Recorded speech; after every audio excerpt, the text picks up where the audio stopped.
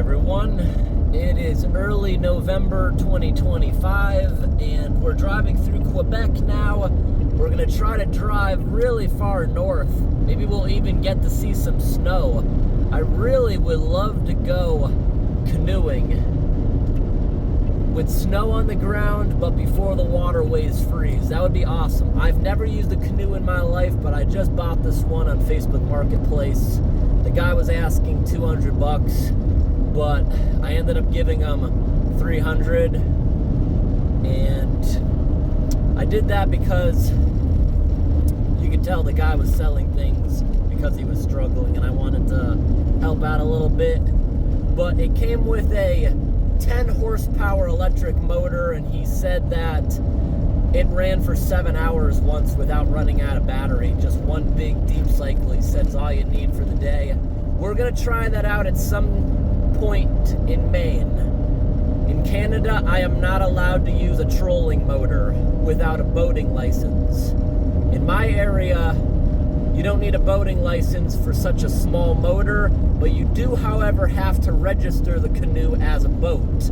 So it has numbers and registration stickers for 2025, which expire the end of December. I had to pay for a full year just for 2 months to use it, because I do want to use it once before I put it away for the winter. As soon as I get home in Maine, I want to really try out that trolling motor it came with.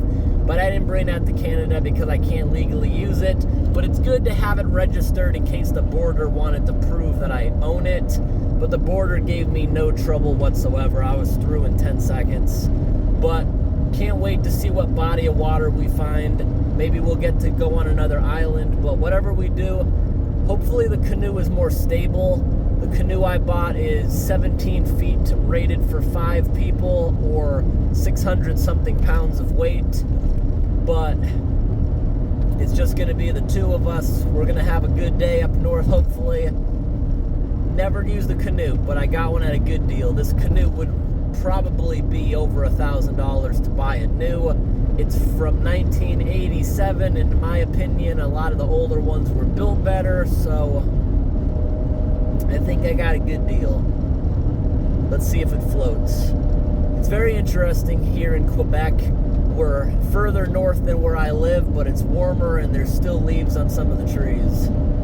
Interesting what elevation will do to you. I live at higher elevation, so I lose leaves before this area of Quebec. But we're probably going to drive now, honestly, another 20 hours north, where it's much colder. I brought the hot tent. I got a wood stove in here. We're going to have a good time. Now we're in southern Ontario, and there is 0 leaves on the trees anywhere. I think southern Quebec must just get heated by the Great Lake or something, because here things have really changed. It's actually snowing pretty good right now. Alright everyone, it's actually snowing pretty heavy right now. It's 35 degrees, or about 2 Celsius. We're still heading north. It would actually be awesome if it was snowing at our location. We're not exactly sure where we're gonna go canoeing yet. We might use a place we've used before. It's gonna get light in another hour. We got about 12 hours left of driving. Alright, the road has got completely white at this point, and you see the sun is just starting to come up. Alright everyone, at this point, the sun's been up a couple of hours. It's still lightly snowing. I think they're salting the roads here, so we're going to have to probably wipe out the canoe. The tamarack trees are beautiful. That's what you see is yellow. It's a type of pine tree that loses its needles for the winter.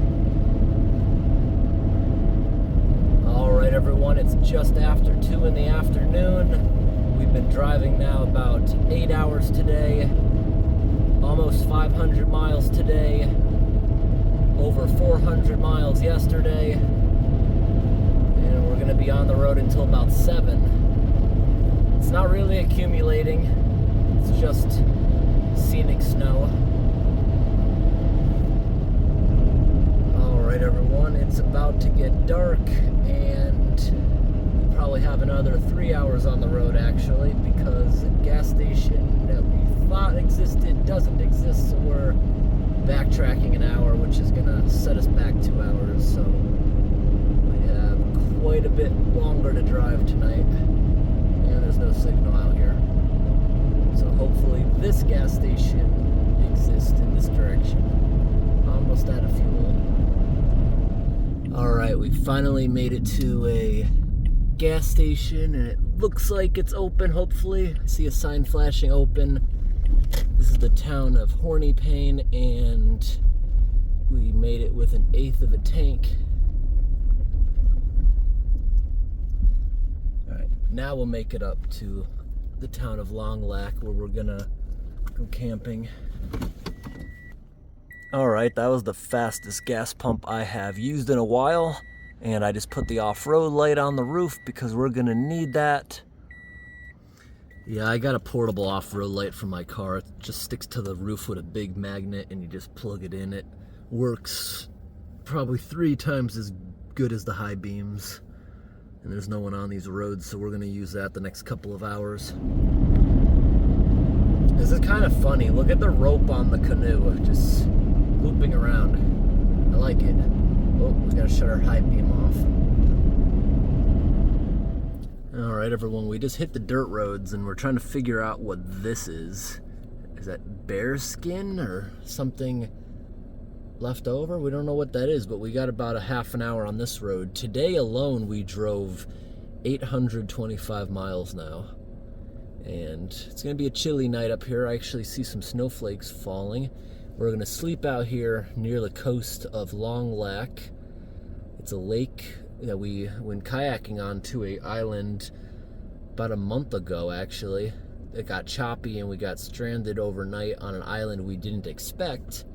Now today we're gonna try to go to a totally different island, or tomorrow we're gonna try to go to a totally different island. I wanna get out and see what that is, I'm curious.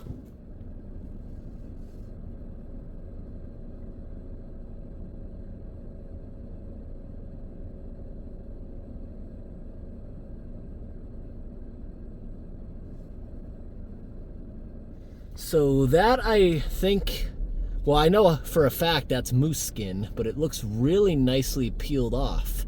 Like someone was gonna preserve it as a rug after they went hunting, and they were like, nah, and they just flicked it off. It looks like it's really nice hide of a moose. All right, we're not getting to here. So we were gonna take this road. We gotta drive on Google Maps another 11 kilometers because we were gonna try camping on what's called Third Island. And there's also a bigger second island, but the road's blocked off. It looks to me like the foundation of this bridge just slightly shifted, and if we were in Maine, I would get out with my big flashlight, I would go underneath that bridge, and if everything checked out, I would go across it. But I don't know if the laws here in Ontario are any different. In Maine, it's at your own risk. They don't even block off dangerous bridges. If you think it's okay, you go across. It's at your own risk if you fall through it. But here, if I moved that out of the way and drove down there, even if I made it, I don't want to get in trouble for some law that I'm unaware of. So I think we're gonna go to the exact spot that we went last time. We might actually try to get to what we tried to do last time. We're gonna see. It depends on water conditions. We're gonna try to head out first thing in the morning when waters are usually calm. So now we got probably 2 hours to reroute. This is a very long lake. We got to go all the way back down to town, hit the main road, get on another dirt road going parallel to this that's on the whole other side of the lake. We got about 2 more hours on the dirt road, so we won't even get there until like maybe even midnight. So we have we've already been driving a lot, but I'm still wide awake. And we'll wake up at like 7 in the morning. This time of year, it doesn't get light until 8. We'll have enough time to get ready and get going. All right, some of these roads are a bit worse than they were last time we came out. Last month, it has been raining a bit. Super bumpy. We're almost to the boat ramp on the other side, if you even want to call it that. It looks like it used to be related to logging back in the day when they used water to move a lot of the timber. All right, everyone, here's that beaver flood from last month. It's still here. It somehow looks less. Looks a bit less.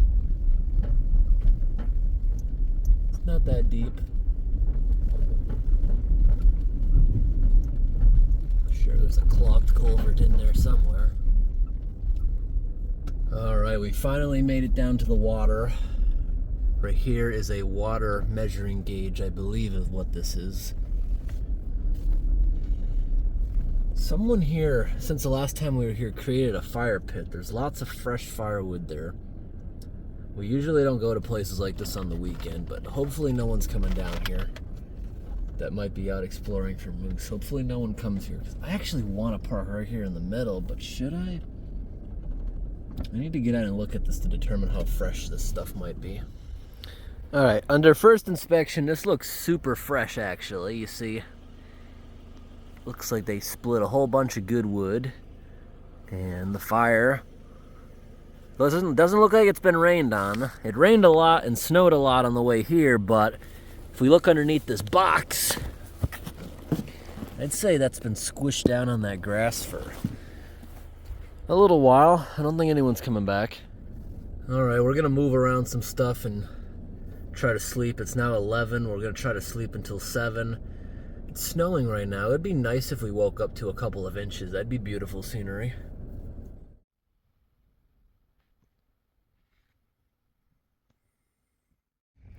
Good morning, everyone. It's 8 a.m. Sun's finally up. It didn't get that cold because we're next to the water. The lake is a lot lower than it was last time we were here. It dropped significantly. We're just trying to figure out if this is too windy or not. Last time we were here, we got stranded at an island we didn't even plan on going to, where we had that little mouse friend out there with us. It was a good trip, but we stopped at an island we didn't plan on because we definitely didn't want to tip over. We even went swimming last time we were out here. This time, if we tipped over, that would not be good this time of year. It's much colder. Even though it's breezy, it doesn't seem that choppy. But the problem is when we get around this peninsula, we have to go around this peninsula into wide open water. How bad would it be out there? It does not look very good out there. That's what we're worried about. This is kind of cool. Look how hollow that is. I think this has to do with back in the day when they were logging. They'd probably use this lake to float it down into town, especially since it seems like the wind is pushing down there right now. I'm trying to clean my shoes because whoever was here was very inconsiderate and let their dog poop all over that grassy area, and I didn't notice it last night in the dark because we have to move everything from the back of the car into the driver and passenger seat so we could sleep in the back when we're traveling out here. That's how it works. And certain items when we're in the wilderness we'll leave outside to make it a little bit easier. But I can kind of see it when I was zooming in earlier, and I can hear it through the tree lines. The other side of that peninsula is extremely choppy. We're either gonna wait and come back here in a day. The weather forecast, we knew it was gonna be extremely windy this afternoon, but this morning that wasn't really called for. Usually in the morning it's very calm, and that was the case last time we were able to get off the island that was stranding us. But we're either gonna come back here tomorrow or we're gonna find a smaller lake with an island we can do this on. Islands make you feel safer because this time of year, even though it's really cold, the bears are not in hibernation yet. In fact, they're really, really looking for food this time of year. So if you're out there on an island like this island, the closest land is almost a half a mile from it. So I don't think a bear is gonna be going out there.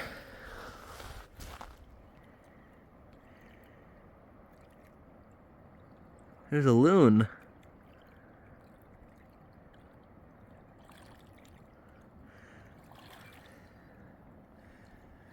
The sun was beautiful about 20 minutes ago. Before that cloud moved in, this whole area was sunny.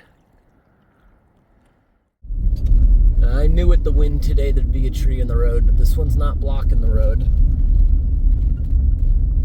It's not blocking the road.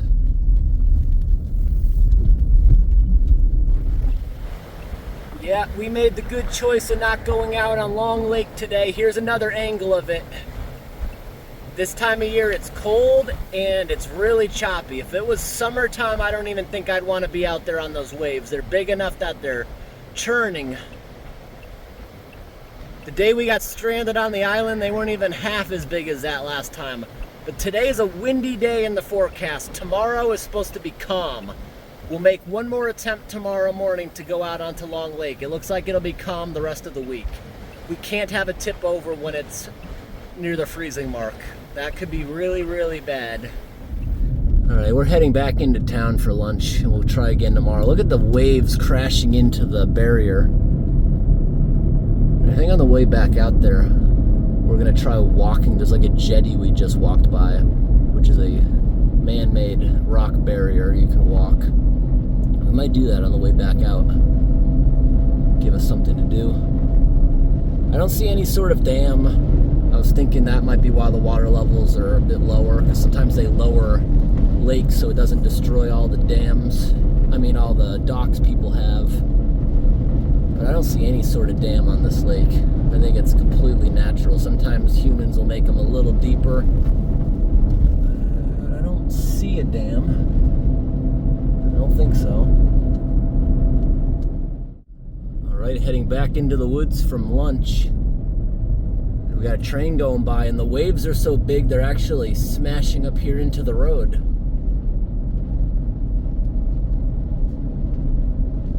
Oh, yep, we just got wet from a wave. All right, I just had to get out here. This is cool. The water coming through here. Look where the clean water mixes with the dirty. It's all stirring up. It looks just like the Gulf side of Florida, where it's all silted. It's always silty, no matter how calm it is. It's really cool. I want to take a little walk down here. This, I don't know what this is. There's no sign saying you can't go in there. There's like a jetty, like a man-made built rock wall that connects a little island with a giant cross on it. Looks like you can drive out to the end of this land. There's a little road. I think we'll see that in a minute. There's a chair. There's also a little road there, but it's not connected anymore to the main road. At least not for a regular vehicle. I think it's an ATV trail. All right. Clean, slowly mixing into dirty. All right, I don't think it's a clear, defined line. And look at the raven fighting the wind. I don't think it's a clear, defined line, but from a distance, it looked like it was a clear, defined line. I don't even know if you can hear what I'm saying. This wind is so strong. I'm sure glad we didn't go camping out on the island today. That would have been miserable in the tent with this sort of wind. Yes, an island does have protection if you're on the right side of it. All right, yeah, there is no defined line, but that looked really cool from the road. I'll show you again from the road. But, so I don't have to walk back down the trail, I want to show you what I was talking about. There's this man-made rock wall. I believe you call it jetty, connecting the mainland to that island. Pretty cool. This wind is so strong, it looks like a mini ocean. Awesome. Oh yeah, ATV trail, up and down. Couldn't have got the car down that. At least I wouldn't have risked that. But from this angle, I love seeing the clean water reaching the dirty. It's really cool. From that vantage point I just showed you, it looked narrow. No, it's actually wide enough you can drive out here. That's pretty neat. But yeah, this was originally an island, naturally. Oh, this looks so beautiful, the waves crashing through the grass. That's beautiful, the waves going right through that tall grass. And the sky back there even looks nice. That would be fun to go boating through as long as the weather was warm, in case you fell out. Not in this sort of weather. Look at the whipping grass. Everything just looks so nice. Alright, let's carry on. See what's on this island. Do I gotta turn around right there, or can I actually take a lap? I think I can take a lap. Yeah, it looks like we can drive around it. That's kind of cool. This looks kind of narrow, like it's meant for an ATV, but I think I'll make it. I've driven some pretty crazy stuff.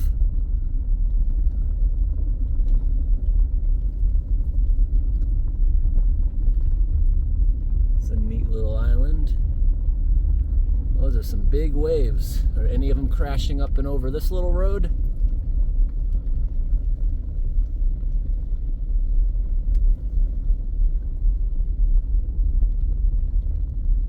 I wonder what this island's for. I want to get out and take a look. There's like a grave marker. Someone might be buried out here. I want to see what it says. Let's pull over in this little passing area. It is so windy out here. Wow. Oh, wow, it's windy. No, I think this is a whole little cemetery. I love looking at old historic cemeteries.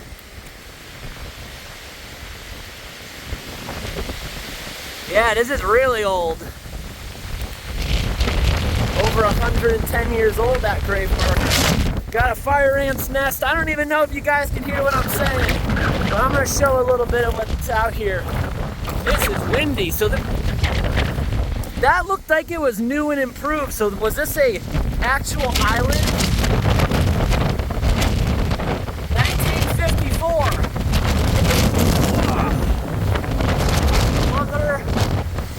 The wind is so strong, that grave is literally moving. Can you see that? It's rocking a little bit. It must be held on there with some kind of metal. That grave is literally moving.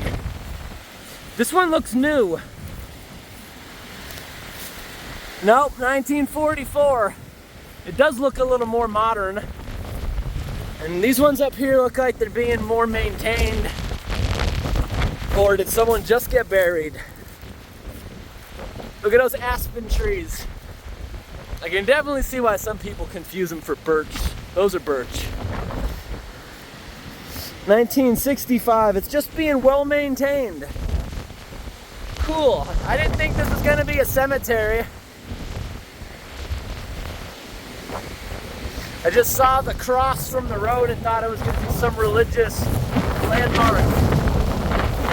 Oh, this is crazy, this wind. It is storming. I don't think I've experienced this strong of wind since I was up on Mount Washington a few years ago. You can even feel a little bit of mist. Crazy. Whoa.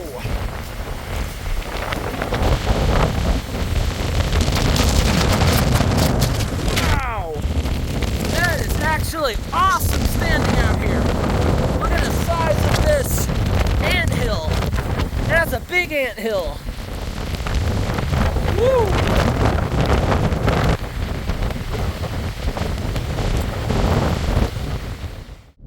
Alright, in a couple minutes we're about to go back in the woods, but this wind is strong.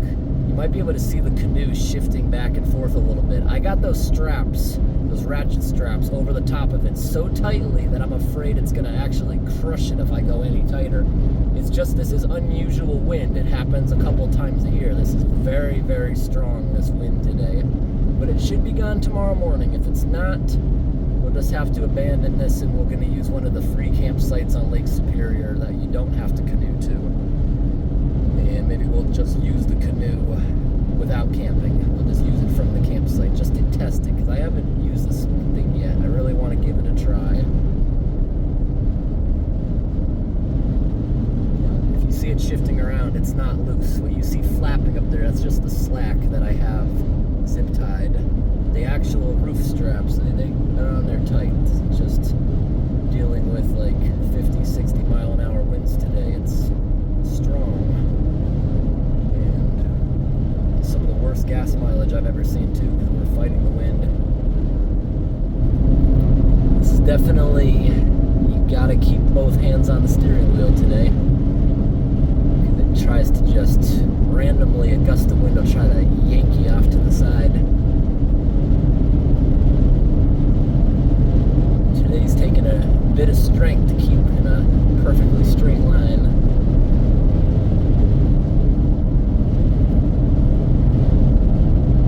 That's probably why so many trucks, when we went back there to have lunch today, were stopped for the day. They don't want to blow over if they're empty. That might be what it is.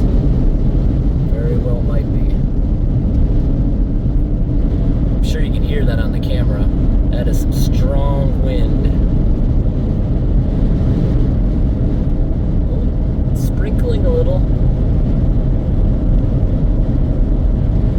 And here comes the sun. The sky looks really cool.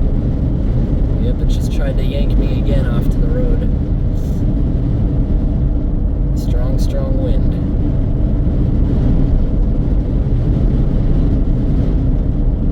I don't think we're going to see any wildlife today out on the dirt roads either. Everything's probably going to be hunkering down. It would have been quite the experience to get on the island in these conditions, but I bet the whole thing would have been missed. It'd be scary to be out on the island today. So right here in this area of Canada, things are a little bit different than most of Maine. Now in Maine, some of the log truck drivers do throw a cable up over the whole truck. They can do it. Some of the older drivers might not be able to do that. This is what this thing is for, to be able to inspect your log trailer. You can climb up on that so you can more easily throw cables over the logs before you hit the highway. Most of the log trucks in Maine never go on the public roads. From the logging site to the mill, the entire road is private. You're out there at your own risk. That's why you get to see those double wide trailers, super giant trucks that are stacked sometimes 18 feet high. They're not going on the roads. They're 200,000 pounds sometimes if the road's in good shape. That's why. Here, they actually have to secure their logs before they hit the main roads. But still, even those cables, it's gravity holding it in there, because there's nothing at the end of that trailer. Things can wiggle out. And you see during pothole season, we are always finding logs. Because even on the private roads, they do throw a single cable over the trailer, and they do sometimes wiggle out through that. But that's what that thing is right there, that metal thing you saw at the end of the road. Right before they hit the highway, everything should be nice and settled down from driving these roads. Everything's nice and settled and tight, then they throw the cables over. It's what that is. Also, as soon as we came down this tight road off of the main drag, the wind is just magically gone now that we're far away from that lake. Look at this, everyone. There's a beautiful beaver lodge right here. They're ready for winter. This is their pantry. All those sticks that are in the water.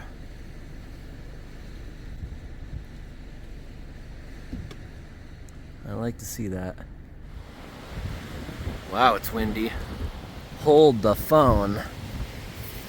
I thought this water level looked elevated. Look at this beaver dam blocking this pretty large pipe. They got a nice system here. It's a lot of stuff in the way. That's beautiful. Getting some still pictures of that. That's actually really nice. This will, in fact, mess up this road. This is a really, really big body of water. I love seeing the Look at the wind, wow. Look at the wind just whipping out there. That would have been hard to control a canoe today. But we're exploring a little bit of this area today. Oh, wow! Look at that! Do you see it running? I'm sure you saw it running a little bit. Oh, what do you call that creature? Oh, there, I just saw him running again. I've seen those in my property before. I like to say weasel. They're bright white. At least for the colder months, because they're supposed to blend in really nice. I think they turn brown, but I'm not 100% sure for the summer months for maximum camouflage. Yeah, I know 100% it showed up on camera briefly. That pure white weasel, they're really cute. They look just like a ferret, but they're opportunistic. If it can get in, it'll kill chickens in a chicken coop. It'll also steal things out of your garden. They're opportunistic. And they can supposedly be pretty vicious. But I had one in my yard. It was definitely a juvenile. It was like a small rat size. I knew what it was, but it was a baby. And that baby one that I saw was friendly. It was like dancing and like coming up to me like it wanted to play. I don't think it knew any better. We're gonna get that out of the road because I want to keep exploring. I'm not driving my truck, but I can still get that out of the road. These trees are pretty light because it's a tree farm. I'm gonna cut it. I got a handsaw. I'll get through that in like 5 minutes, and I'm gonna drag it out of the road. I don't think I need to use the vehicle. I have a tow strap. I could, but I don't think I need to.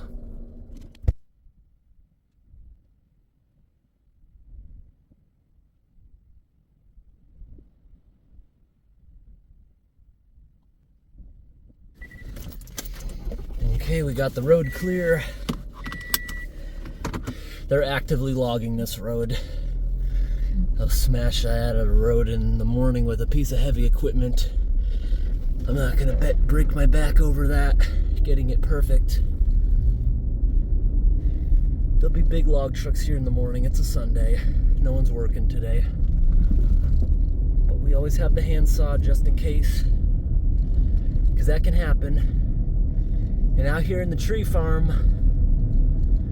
this is all tree farm. Nothing's old growth, nothing big. It's very unlikely something's gonna fall on the road that you can't cut up by hand, because they're growing skinny little trees everywhere.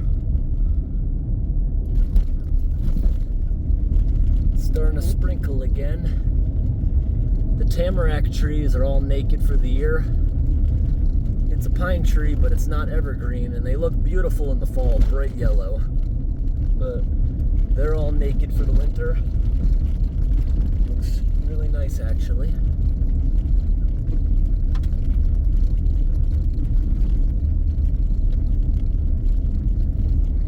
This is a beautiful area. Look at this culvert pipe. All the needles from the tamarack tree just coating the surface. It is actually very nice. No blockage. This is a wooden culvert, actually, made out of creosote covered pieces of wood. One time we unclogged one, it just sucked in that whole filthy surface. And there's an old beaver lodge. This used to be a beaver swamp, but they've clearly already got rid of the problem. It looks like each side of this is even, so I don't suspect any sort of blockage. Unfortunately, that would have been really cool to watch that sort of surface get sucked in. It'll probably even look cool if you throw something in there, like a rock. Let's take a look. Yeah, that looks really cool. I love doing that. And now those holes are gonna slowly close up. Yep, they're closing up already. Look at that, it's slowly closing. Wow, that's cool. That's actually closing faster than I thought it would. So's the other one. Closing up. Yep. And it's as if I never did it now. Look at that. Completely closed up. Not quite, it left a little hole. But still, that was really cool to see. I want to do it one more time. It's cool.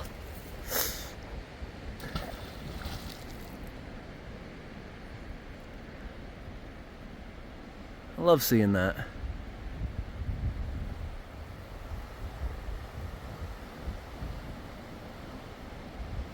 Closing up. Wind, I think, is even helping it close up.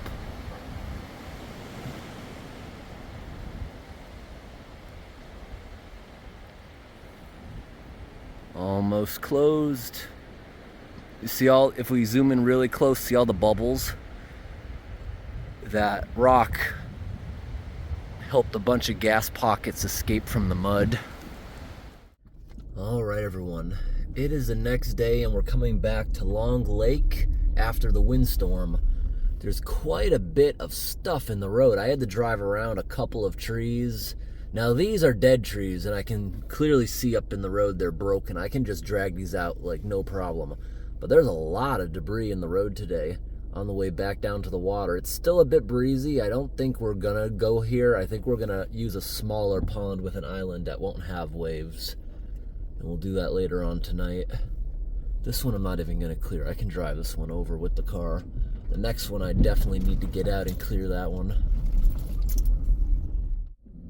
All right, everyone, we made it back down to Long Lac, and we've decided we're gonna use a smaller pond so there's no chance of it becoming choppy.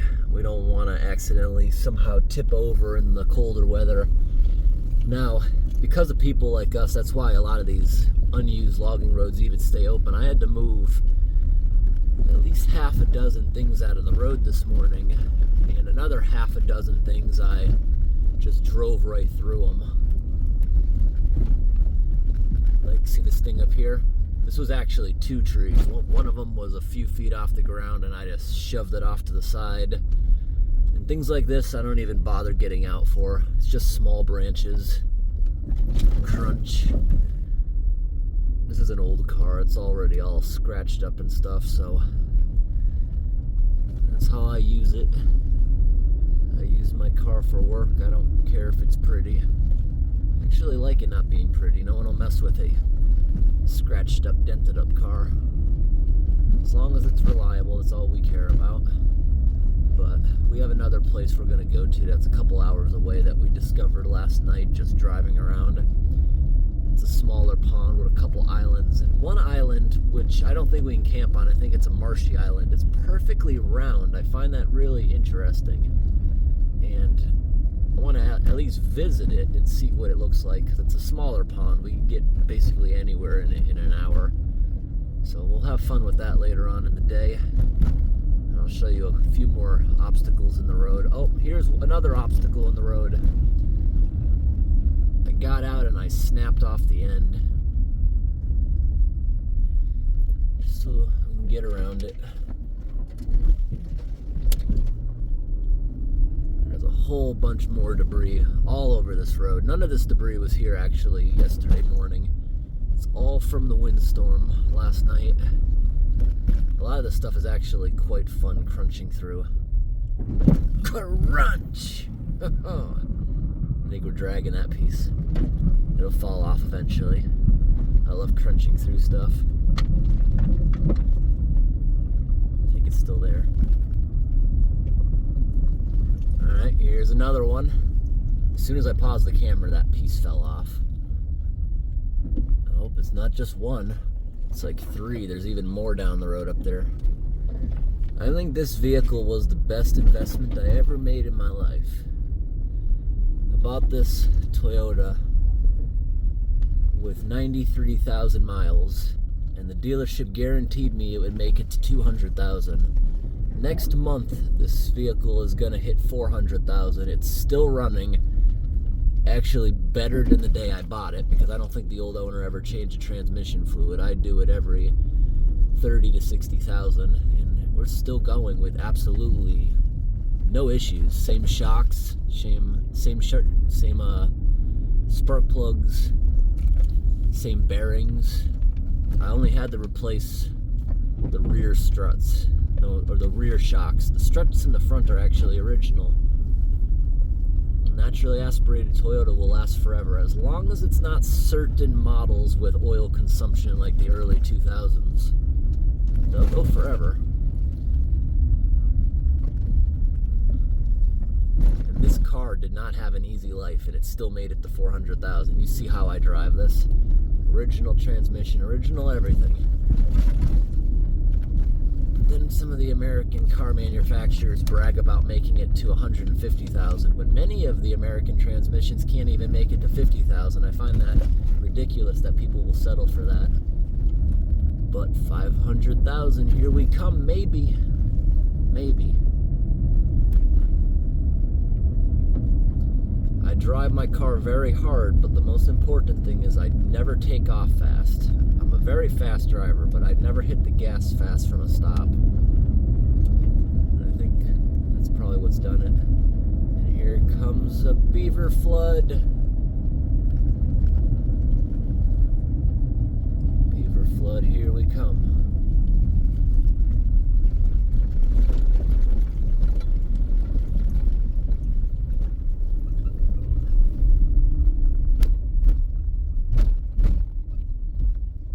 This one that fell down. This road's got lots of pink ribbons like this. They're marking all the areas that are soggy because they're about to reopen it for logging. All these soggy areas they gotta fix before the heavy trucks come in. Look at that. Is it showing up on camera? Well, we'll probably see it again. The moon is huge and it's beautiful. So Long Lake I was mentioning, it has lower water levels. I think they did lower it. It does have a dam, but it's not in the populated area. It's in the middle of the wilderness at the very other end. I think we're gonna make it there before dark. I just wanna see it. It's gonna be awesome. And then we're gonna sleep at a place, and we're gonna go to an island on a smaller pond that is pretty much impossible to become choppy.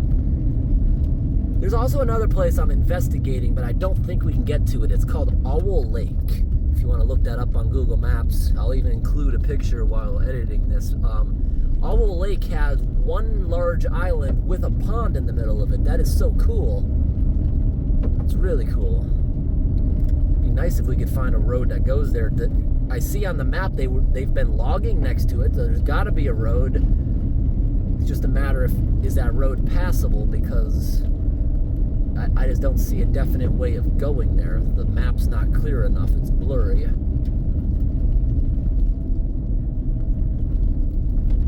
we see the moon? No, I think it's behind the mountain. We'll probably see it when we get to the dam. These roads are so smooth, I can drive very quickly on them. I love how they're slanted like a racetrack. You can keep a good speed. Alright, this is one massive loop, this road. This is the road we were on the other night where the moose skin was in the road that someone, it looked like they were trying to save it, but they didn't want it. Alright, we're going to turn around. We don't have daylight to explore what's down here. The access to the dam is gated off. You can't go to it, and there's too much tree cover to see it from the road anywhere, even this time of year with no leaves. There's just too many evergreens. You cannot see it. But there's a pretty moderate river coming out, and just looking at the lay of the land, there's like a super bottleneck in the lake. So yeah, they made the lake a lot bigger with this dam, but even if they release the entire dam, it appears anyways that you cannot drain that entire lake. The lake is natural. They just artificially made it a little bit deeper. Kind of interesting. I wonder if that island we camped on back in September is even a natural island. That may have been a peninsula before they raised it up. But still interesting. No, we cannot get to it. And there probably is a way to get over to the other side. So most reservoirs in the middle of nowhere, the dams are open to the public. This is actually a surprise. There's no sign saying I can't walk down there to it. But like when we went to Otter Rapids in northern Ontario also, you can drive across the top of those that are using those dams as bridges for log trucks and anyone else who wants to be out there. But I'm sure there is a way to get to it. It's just we have to investigate how we would get to it, and maybe we'd go camping there next year. we're gonna go to a different reservoir. First thing in the morning when we wake up, we'll set off in the canoe. I might even make an entire separate video of this so it's not too long. This is a lot of just exploring and figuring out these roads, because maps are not going to tell you when a road is blocked off. These are private roads. They have no obligation like a public road to tell Google Map that something's blocked. And no one really drives these, so you're not going to get any sort of report either. I'm not reporting anything, especially considering there's no signal. I'm not going to report a road closure. I don't even know if you can report a road closure after the fact unless you're actually there. But we're about to get back to that gate. And if it's only like a 5-minute walk, I'm going to walk to the dam and look at it if it doesn't say I can't. That'll be interesting. Alright, here's the access to the reservoir. What do these signs say? I can already tell. A short word followed by a long word. Yeah, no trespassing. You can't see the dam from here either. What does it say? Who put the sign up? What's at the bottom say? Ontario Power Generation. That is very weird because Ontario Power Generation lets you walk across many of the other dams. Maybe that's because there's hydroelectric production. I don't see any power lines coming out of this place. This might not have hydroelectric production, meaning this might be an unmanned place. They don't want someone down there messing with it with no personnel. That could be what it is. But I've also seen lots of unmanned dams that allow you on them, whether they're hydroelectric or not. Like, there's a lot of hydroelectric dams in northern Maine in the middle of nowhere. They run and run. Someone comes and checks on them periodically, but there's not always somebody at them. Just like the caretaker of Ripogenis Dam. The caretaker lives right next to it. They could walk to the dam to go do stuff. But they're not always there.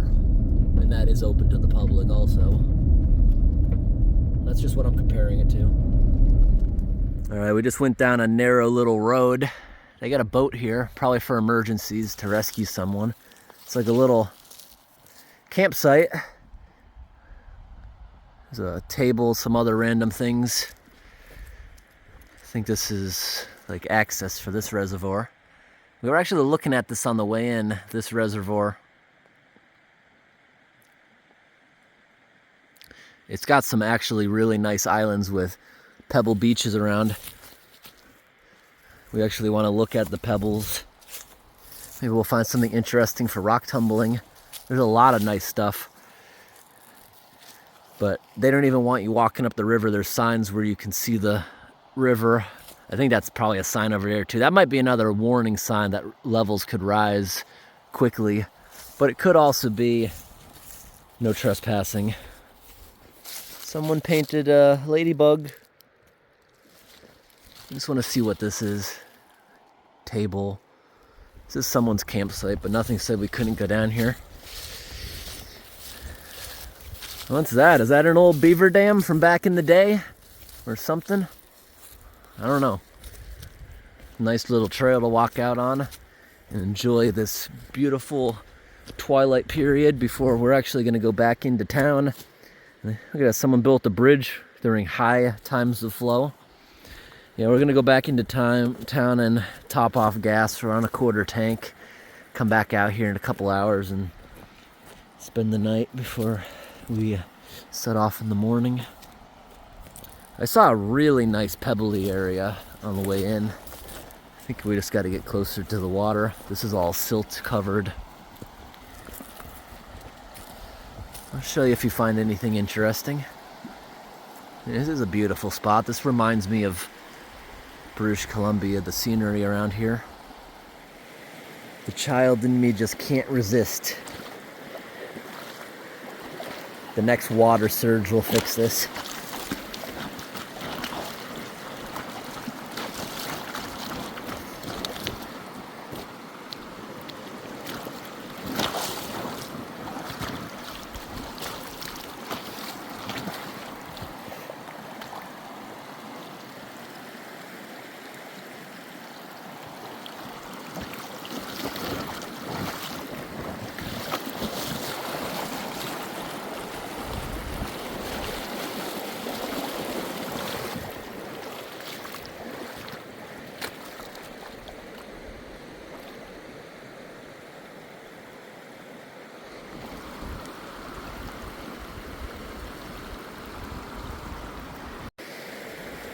especially when wet. This area's got lots of red rocks, reddish quartz. It's really pretty.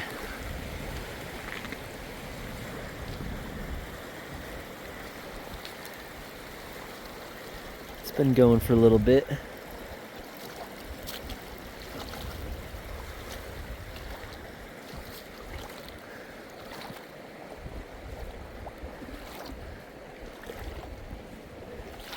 Really silty and swampy.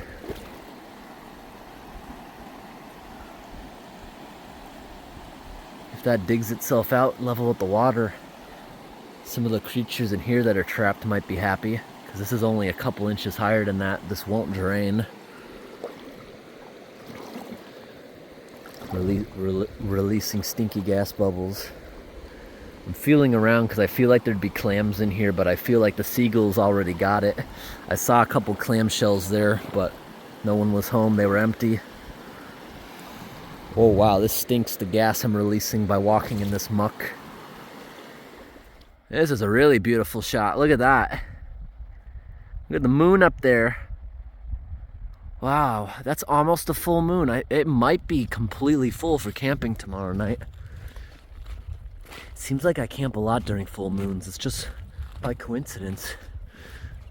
Look at all the wood here. People who use this as a campsite have like unlimited dry wood. Look at this. Look at this piece of wood that's nice and worn down by the river before it got placed here. Wow. So much wood here. Oh, I think I found the campsite's toilet. Is that what this is? Yes. I found a toilet. I don't think they intend on using this. I think someone dumped this here. It's got 3 bows. That's kind of cool. Except for, I'm assuming for really fast speed. The landing gear might be broken because they got the scissor jack. Those are really, really old tires. There's probably a date on it somewhere.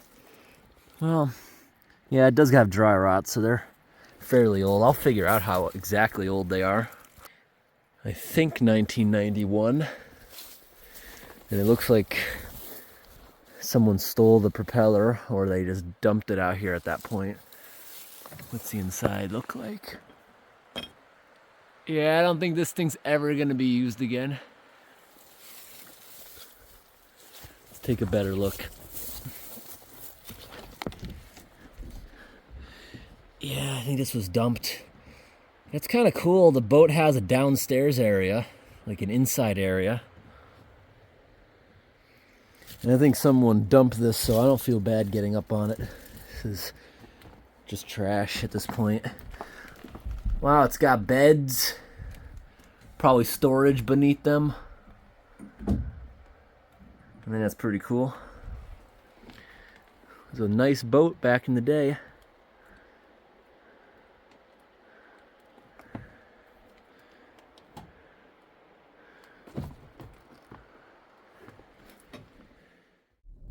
Good morning, everyone. It's the next day. We made it to where we're actually gonna camp now. We actually slept 43 miles away. I like driving in the morning, heat up the engine, run the heat, have a little breakfast, drink some water. I had an energy drink. Now we're ready to go, set sail up here in northern Ontario. This time of year, early November, the sun doesn't come up until well after 9, because up north the days get super duper short. So we're going over this bridge right now. Parallel with us is an ATV bridge. I don't see any movement, but you know there is movement because this is a reservoir on a river. This is not a natural body of water we're going to be finding an island on today. I can't find a name of it. The Google map doesn't tell you what this reservoir is called. Okay. Enough of that sun glare. Okay, we got rid of the sun glare. And we turn around. The angle you got to go into this parking lot is very, very sharp. Years ago, there was a landslide there. It looks pretty cool. This is where we're going down. This is where we're going to leave the car overnight, and this is where we're gonna set sail in like a half an hour. We gotta go about 1.5 miles down to the island. If we don't like that island, if it's too small, there's a bigger one another 1/2 mile down. But on the way, we want to check out this perfectly round island. It looks like it's just marshy, but it'll be interesting. We've never used the canoe before, so we're gonna park right here, right up against the water, and once we unload, we'll back off into that corner so other people could possibly use this. But this time of year, I don't think anyone else is really gonna be around, so see, we're gonna pull right down to the water. I don't think we need to be that close. Leave enough room for the boat. Okay. Time to load on up everything, get ready for the day. So, we just got the canoe off the roof. This is the first time we're using it. I think vibrations on the highway and having the ratchet straps very tight is what caused this. See, this wasn't like this when I bought it. I think it's from traveling with this. We must have traveled 1,500 miles to get here. That was not like that when I bought it. I'm trying to straighten that out. It's fine if we can't, it's not gonna really affect anything, but we also got right here, it's missing a bolt. This is loose too, but I always carry nuts, bolts, all kinds of stuff in here so we can fix things. Plastic pins for bumpers, cars, skid plates, screws. We're gonna try to fix this. This one back here looks like it also is semi-collapsing. We're gonna try to fix this real quick. I think it's fine if we don't, but I'm gonna try. All right, so I gotta try to fix this because you see how it, when you're sitting on there, you want your weight kind of on this. So I'm gonna try to fix this right now. It may have been like that and I may have just overlooked it. These cheap nut and bolt kits from Harbor Freight come in handy when you need them. That should fit through there. I've kept these nuts and bolts kits in my car for probably 5 years and never needed them, but we finally are using them today. This bolt was actually too big, but thankfully this is soft aluminum. I was actually able to hammer it right through into a new hole, and now that's a permanent fix. Get it nice and tight. As it's tightening, it's straightening out some of the bent stuff. All right. It's a weird angle. That's why we're using the wrench in a weird way. But this wrench today also doubled as a hammer because I don't have a hammer on me. It's a small toolbox. If I ever need a hammer, I use the wrench as a hammer, and it's always worked for me. Okay, I think we're just about done there.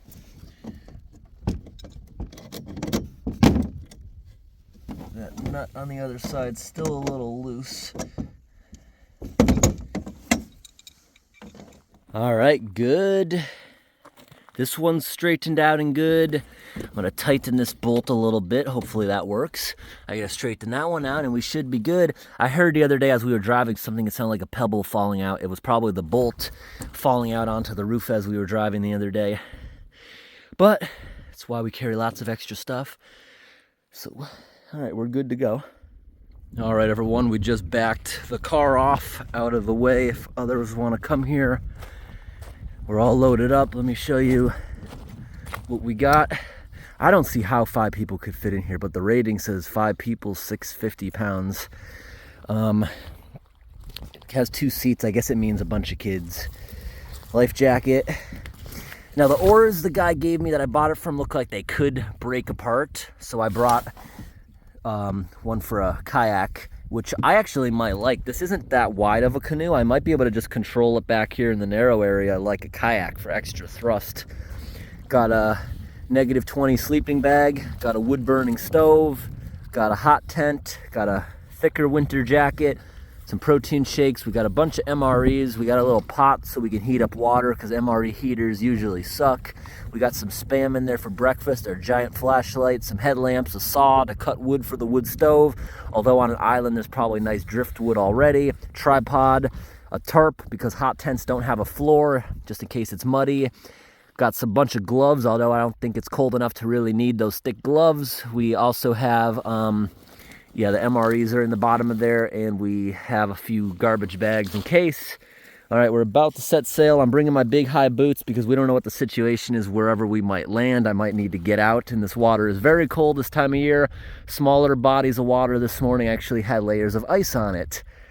This I don't think is gonna freeze anytime soon. You got water coming in, that's what's feeding the reservoir, the river coming in there, that logging bridge. We're in the middle of nowhere.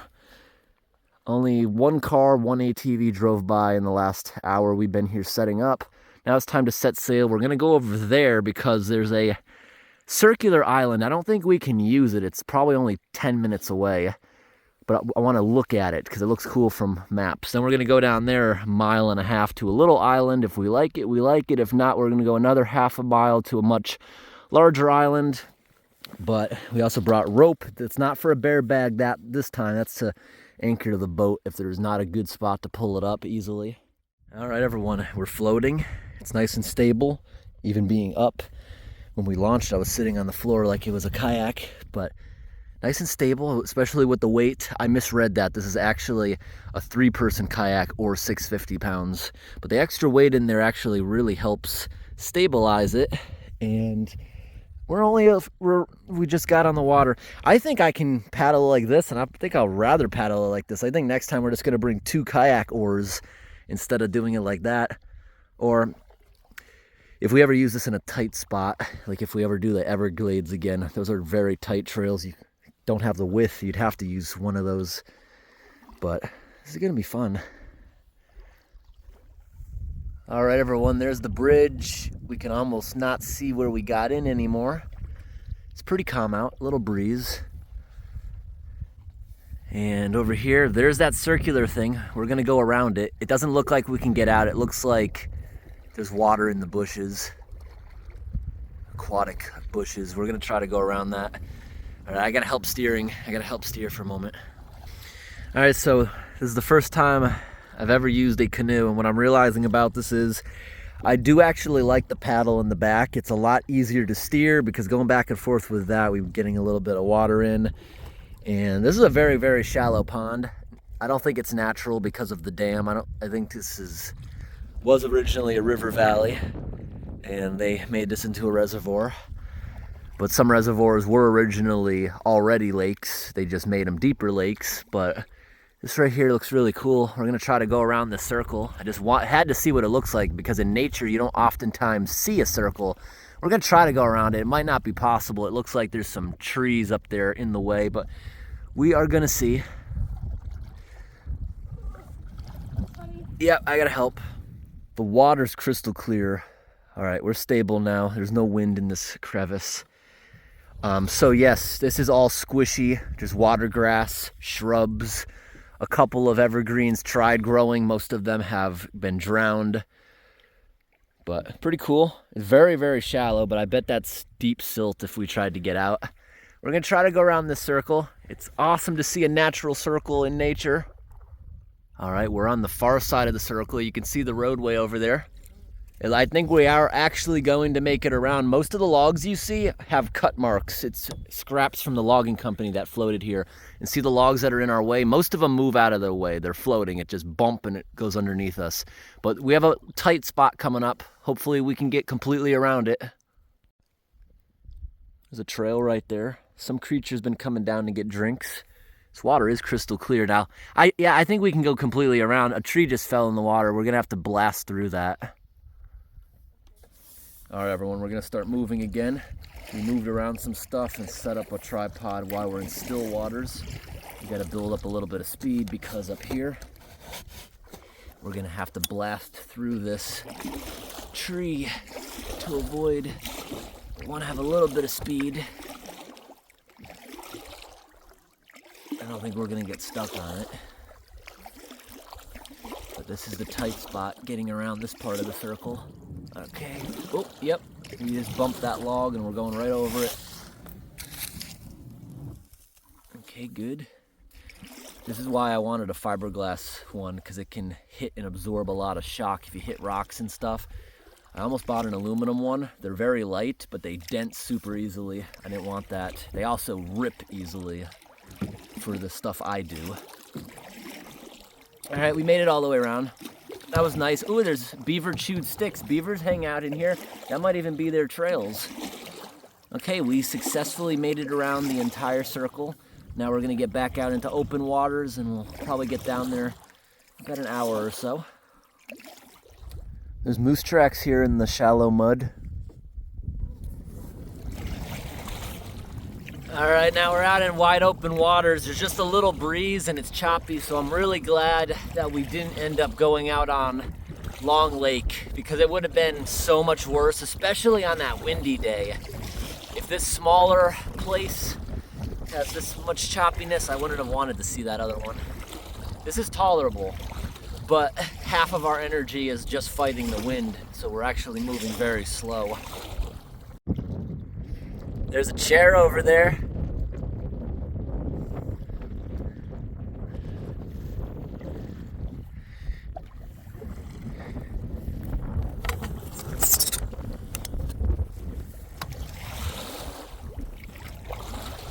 Having a kayak paddle really helps back here with the steering, but there's a lot more thrust with the single oars because the single oar is longer.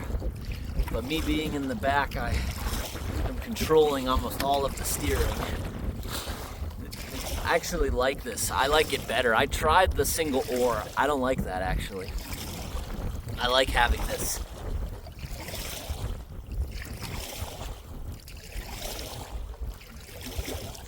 All right, everyone, we can no longer see where we came from. We've been out for a while now. We have to go down there to that rock to get to the bigger island if we don't find this one suitable. This is the smaller island. You can't really tell yet. It just blends in against the coastline. But because this is a reservoir, this used to be woods before they cut it down. Some of the stumps that we're going by on the edges are huge from the old growth back in the day. Now everything now has been logged, so they're much smaller. All right, we'll be there shortly. On an island, you're less likely to encounter a bear because they would have to swim out there. It definitely could if it wanted, but I think it's far less likely to encounter a bear. This time of year, they're not in hibernation yet, but they're very hungry as they prepare for hibernation.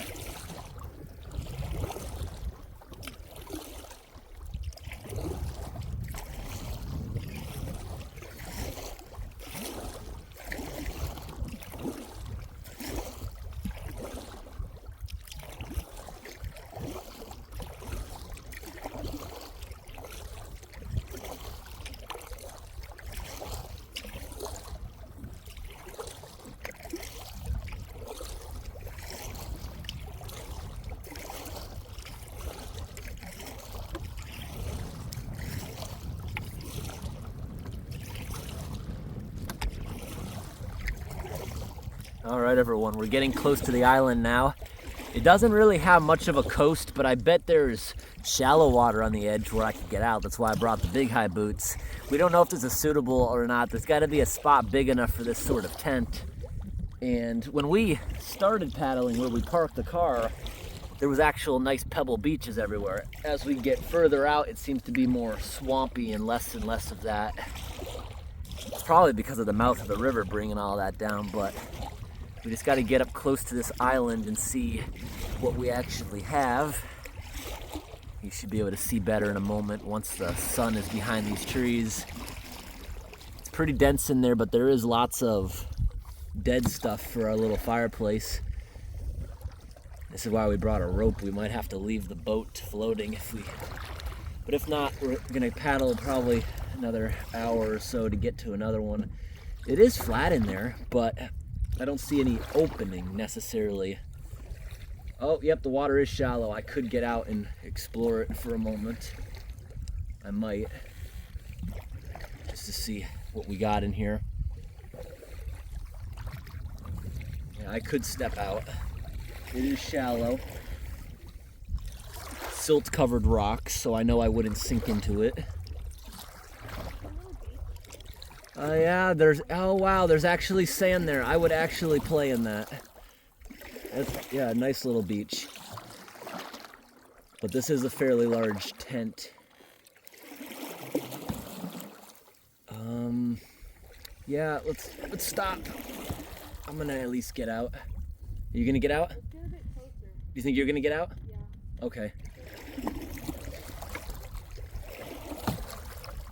Okay, let's get out. I'd say this is probably less than quarter an acre of land. The other one's over an acre if we decide to go to the next one. This lake doesn't have many islands. Oh, okay, that's his. All right, I'm gonna move myself over with the paddle so we're kind of parallel with it.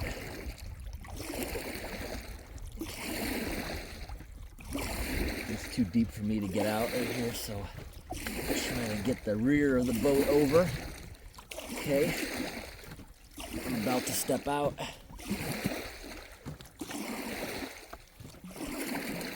Okay, good.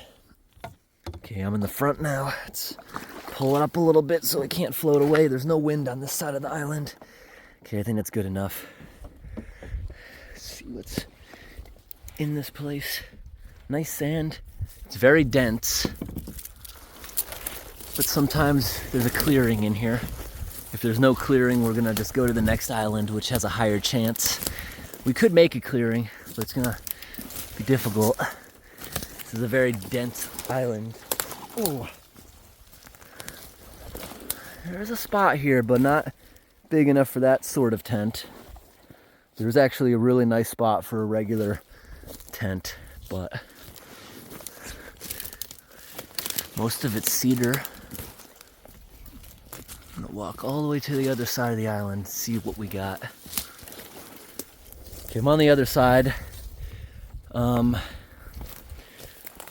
No, there is no spot that we can set up that sort of tent without trimming and cutting down trees.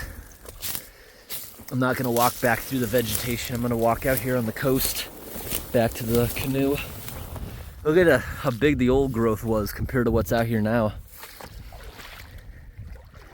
There's some footprints here. The water might be shallow enough for things like deer to just walk over. We're very close, but the next island is actually even closer to the mainland. This is sand, not silt. I'm not sinking into this at all. If we were here in the middle of the hot summer, this would be perfect. This tiny little sandy beach. It drops off very quickly into deep water. I would love to go swimming here. Later on, when we got the hot tent going really good, if we do get it going really good, I'll probably take a bath. We brought soap, even though the temperature today is only going to get to about 40 or 5 Celsius. But see, I can actually walk with the big high boots the whole perimeter of the island, which is cool.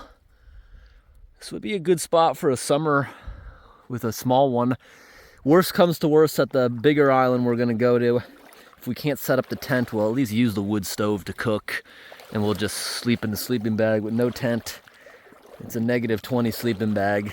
It's more than enough for this time of year. All right, everyone, we're gonna push off, go to the big island. I like using the kayak oar. My wife does not like the kayak oar, so I'm gonna try it in the front, see how it works. I wanna turn in the front. Okay, I got the big boots on, so I can be launching it like this. I'm gonna let my feet hang over the side, drip dry for a moment. Just like that. All right, everyone, we're gonna push off. Yeah, I like this better than a single oar.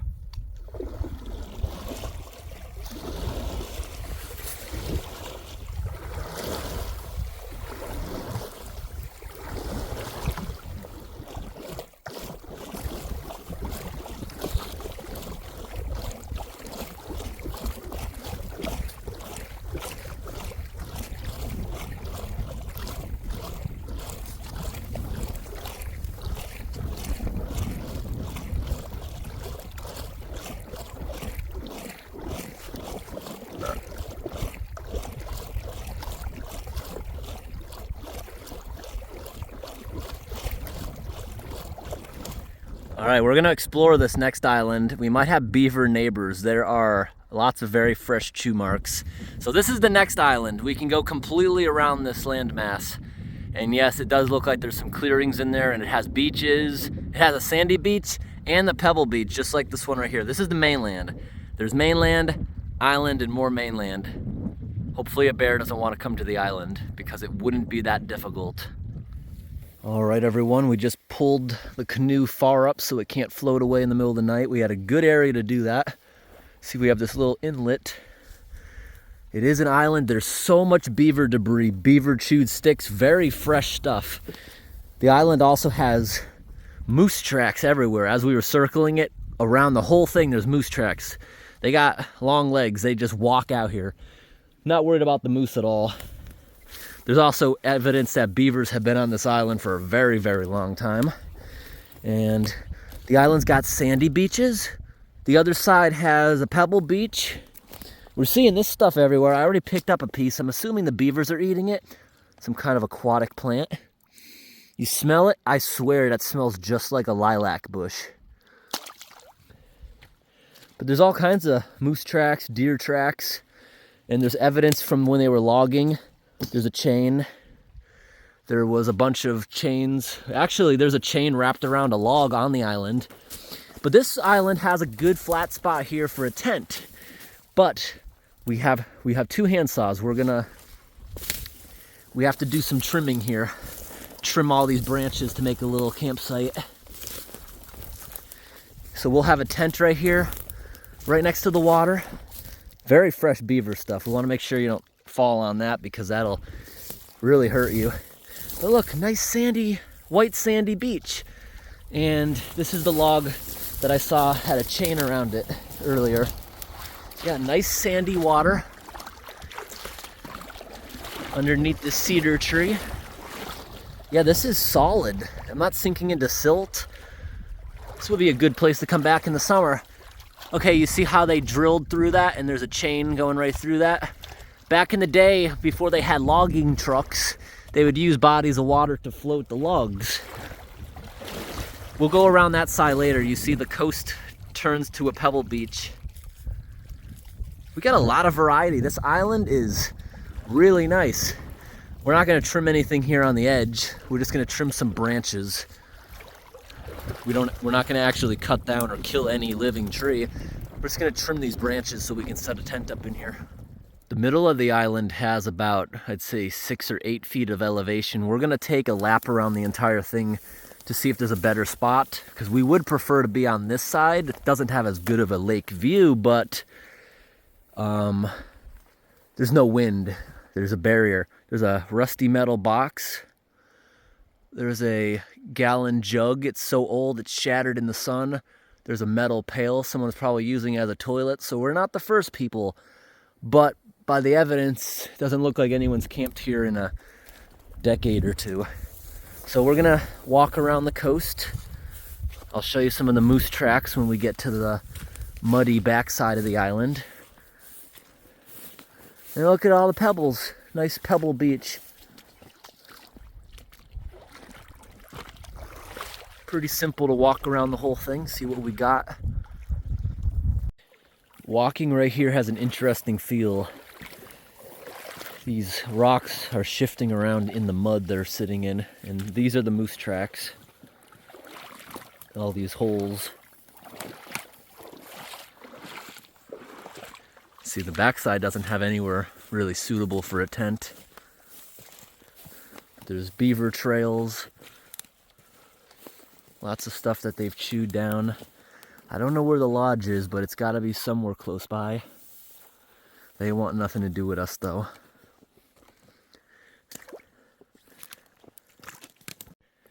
Okay, we're now in the center of the island, the higher elevation spot. This might be the spot to camp. There's lots of dead stuff we can saw up for the wood stove. And look at this beautiful carpet of moss to sleep on. Yeah, this is enough space. We just have to spend like an hour trimming all these dead branches, which are great kindling, not the living ones that's gonna smoke. We'll just stack that in a pile. But this dead stuff we're gonna save. That'll be good for a fire. And there's enough of a barrier here that there's no wind. Yeah, I think the tent will fit here. We have to get rid of this larger log. This is a fairly big tent. That's gotta go. That's gotta go. But yeah, this will be nice because I don't like running the wood stove if it's windy because it'll melt the tent if it touches it. And we can also trim a trail here going to the canoe. It can stay exactly where it is. Yeah, we'll trim a trail. That'll be nice. Let's figure out how to get back to the canoe. Oh, here's the stuff from the last camper. Again, it was a decade ago. All these little things I'm going through now, grown since. But what do we got here? I'm just assuming it was a decade. It could have been, honestly, 30 years ago. Look at this, there's a bucket here. It's holding water still. It's actually a nice pail.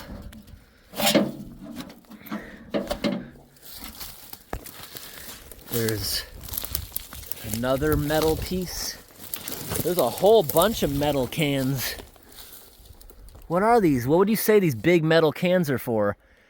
You know what this might be?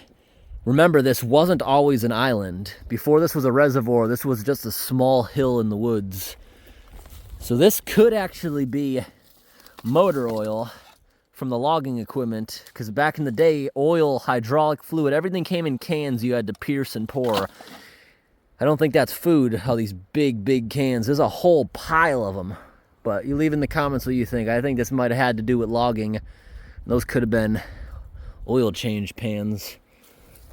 Oh, this is not plastic after all. I thought it was just crushed. Oh, this is a gigantic glass jar. Stay away from that glass. At least it's all in one spot. Yeah, I don't think this was campers.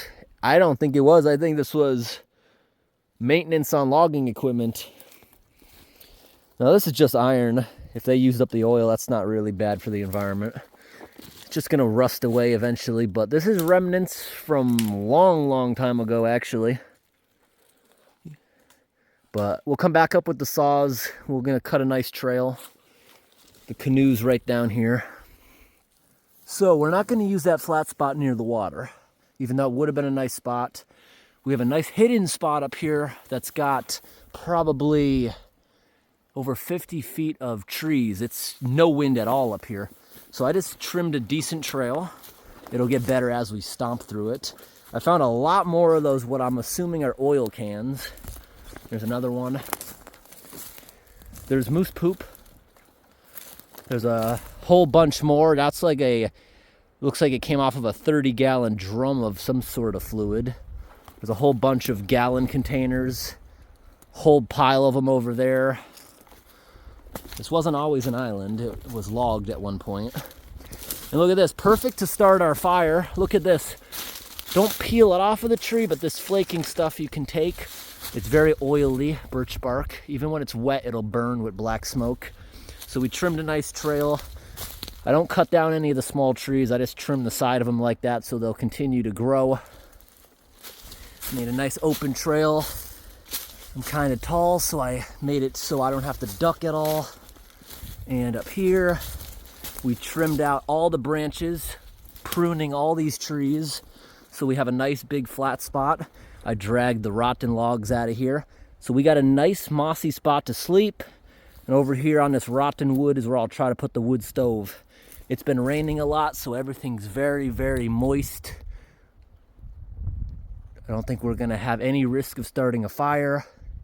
And look at that, we still got a really nice view through the thin trees. I like this. This island is doing really good. I think we'll make one of those galvanized pots into our toilet. But nice trail.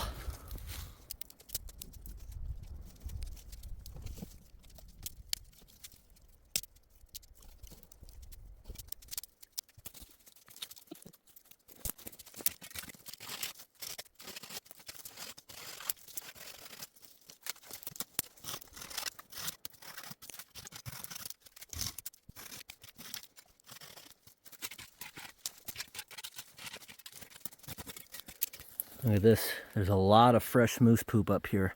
Hopefully we don't have a visitor tonight. So we just pruned a lot of the trees. for kindling. We got everything up here. Got a lot of water in there. Protein shakes, a lot of MREs. We have a little pot to boil water and heat stuff up. From our last camp, this kind of fused together. I can't get that apart. But I think we're okay without it. I don't like using spark arresters because the spark hits the top and it falls back out and it will actually melt the tent. Since nothing is super dry, it's been raining a lot, I don't think we need that piece. Instead, I just have the top of it like this right now. That was the 90-degree angle we used in the treehouse camp last year. We had the wood stove. So we trimmed all this, moved the rotten junk out of the way. We're on a slight hill. This is the best we could set the tent up, but still pretty good. I can zip that up later, but we have the ventilation. We have both vents up top open. We got the wood stove. I forced it into the ground. It's nice and firm. It's not going to tip over. This is my favorite camping stove. It looks rusty, but it functions better than any other one. It's got a big enough firebox. If you go to sleep in the winter, you load it up, it'll still be warm after 6-8 hours. Nice. Collected a lot of birch, kindling, and this dry lichen or reindeer moss will actually help a lot. Some of these have a little bit of fat wood. It's very resiny in the middle, helps it burn. And we're doing good over here. This flat mossy area, we're gonna lay down a tarp, and we have a sleeping bag. If it's warm enough, the sleeping bag we'll just use as a pad. We won't even use, we have an inflatable air mattress, but I don't think we need that. It's the very thin air mattress that you pump up by hand. You see over there that crack? We're not really worried. We're on an island. I think the worst visitor we might have is a mouse, which is very probable. There's probably mice on this island. Somebody asked during my last island camp, how does the mouse get there? Like, because it was a island with 3/4 of a mile. Here we only have about 30 feet to the mainland, but in the winter it freezes and animals come. Moose and deer clearly walk out here. Hopefully a bear doesn't walk out here. I hope we're okay as far as a bear, but I'm not too worried about it. They're not brown bears, only black bears in this area. But we got it nicely set up. Everything's nicely trimmed. And over here along our trail, we're gonna use that galvanized bucket that the island had as a toilet. We got the biodegradable wet wipes over there, plastic free, all natural, so we can just leave it here and it'll decompose. We got our nice trail. Everything from the canoe is up here now. And we'll start the wood stove up shortly, have a fun fire, and when we get it hot in there, I might go for a quick swim. I haven't had a shower in, I think, 5 days now. We've been up here. Oh, we got a friend. I don't know if you saw him, but this island has at least 2 voles. They keep coming in. See, if this was winter, we'd backfill snow, but it's not that cold. The wood stove will do really good when we do. There's voles on the island. A vole is a little bit bigger than a mouse. It looks like a gerbil, really short tail. They don't really come into houses, but it's coming in our tent. But we don't expect any problems from them. It might chew open a food wrapper, but that's about it. It's curious. I'm sure they don't see many visitors on the island. I'll film him again if he comes back in. Every time he comes in, he comes a little bit closer to me. There's a little bit more courage every single time he comes in. All right, everyone. In northern Ontario this time of year, the sun is setting very early. It's starting to already get dim and it's 3 in the afternoon. Oh, the vole friend, did you see that? It came in, then it ran back out. I'm sure we'll be seeing lots of that guy tonight. Voles are actually nocturnal also. In the summertime, you can be in northern Ontario. It doesn't get dark until about 11 at night. That was interesting when we were here in the summer. But we're going to start the stove up, see how this does now. Lots of birch bark on the bottom. And then I have small kindling, then bigger boards in there. I mean bigger sticks up towards the top. Then we'll feed in these bigger ones. Then I'll go trim some more. So birch is very oily, creates lots of heat and black smoke. Oops, damper. Gotta open that so it starts venting. Once we get a good draft, it should completely vent outside. Just crack the door, try to get it to go up the chimney. Okay, no more smoke in here. It only takes a minute for it to start venting. The chimney just has to heat up. Oh, there's a spider. See it lowering itself? There was also another spider. There's a lot of spiders on this island, actually. Spiders and rodents. Oh, yep, there's the other spider. See him? Those are just like basement ones. Those are like cave spiders. Look at that one's lowering itself down. They're all over the place. Just gotta make sure this damper is actually open. Make sure that's actually the open position. Let's see how we're doing outside. How's our little smokestack doing? Doing good. I'm gonna actually go outside right now. See how we're doing out there. Come on, open up. What's going on? Oh, oops. 2 zippers.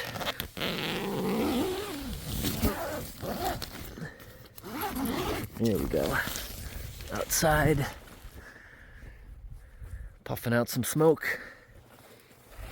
Make sure the tent stays a little bit away from that hot pipe. Yeah, that's good enough. In case there's any sparks, it won't fall down on the tent, and everything's damp.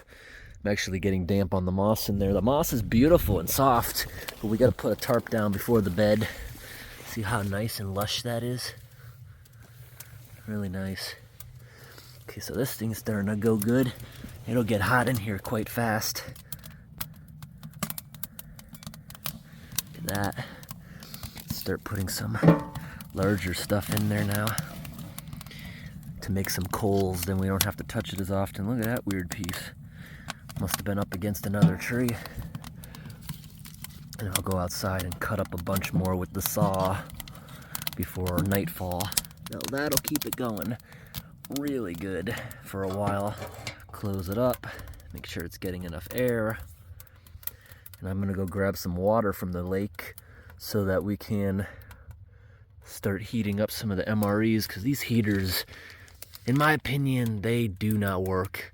But I actually want to try one tonight. Somebody said in my comments, try using the salt included. The salt mixed in here, using salt water will actually make it work better. I'm going to give that a shot because I've never done that before. But those heaters don't work very well, and it's only the American meals that seem to have that lack of quality. But that's okay. We can just soak them in the warm water. I'll show you when we get that going. We'll just keep that shut, and it should go good.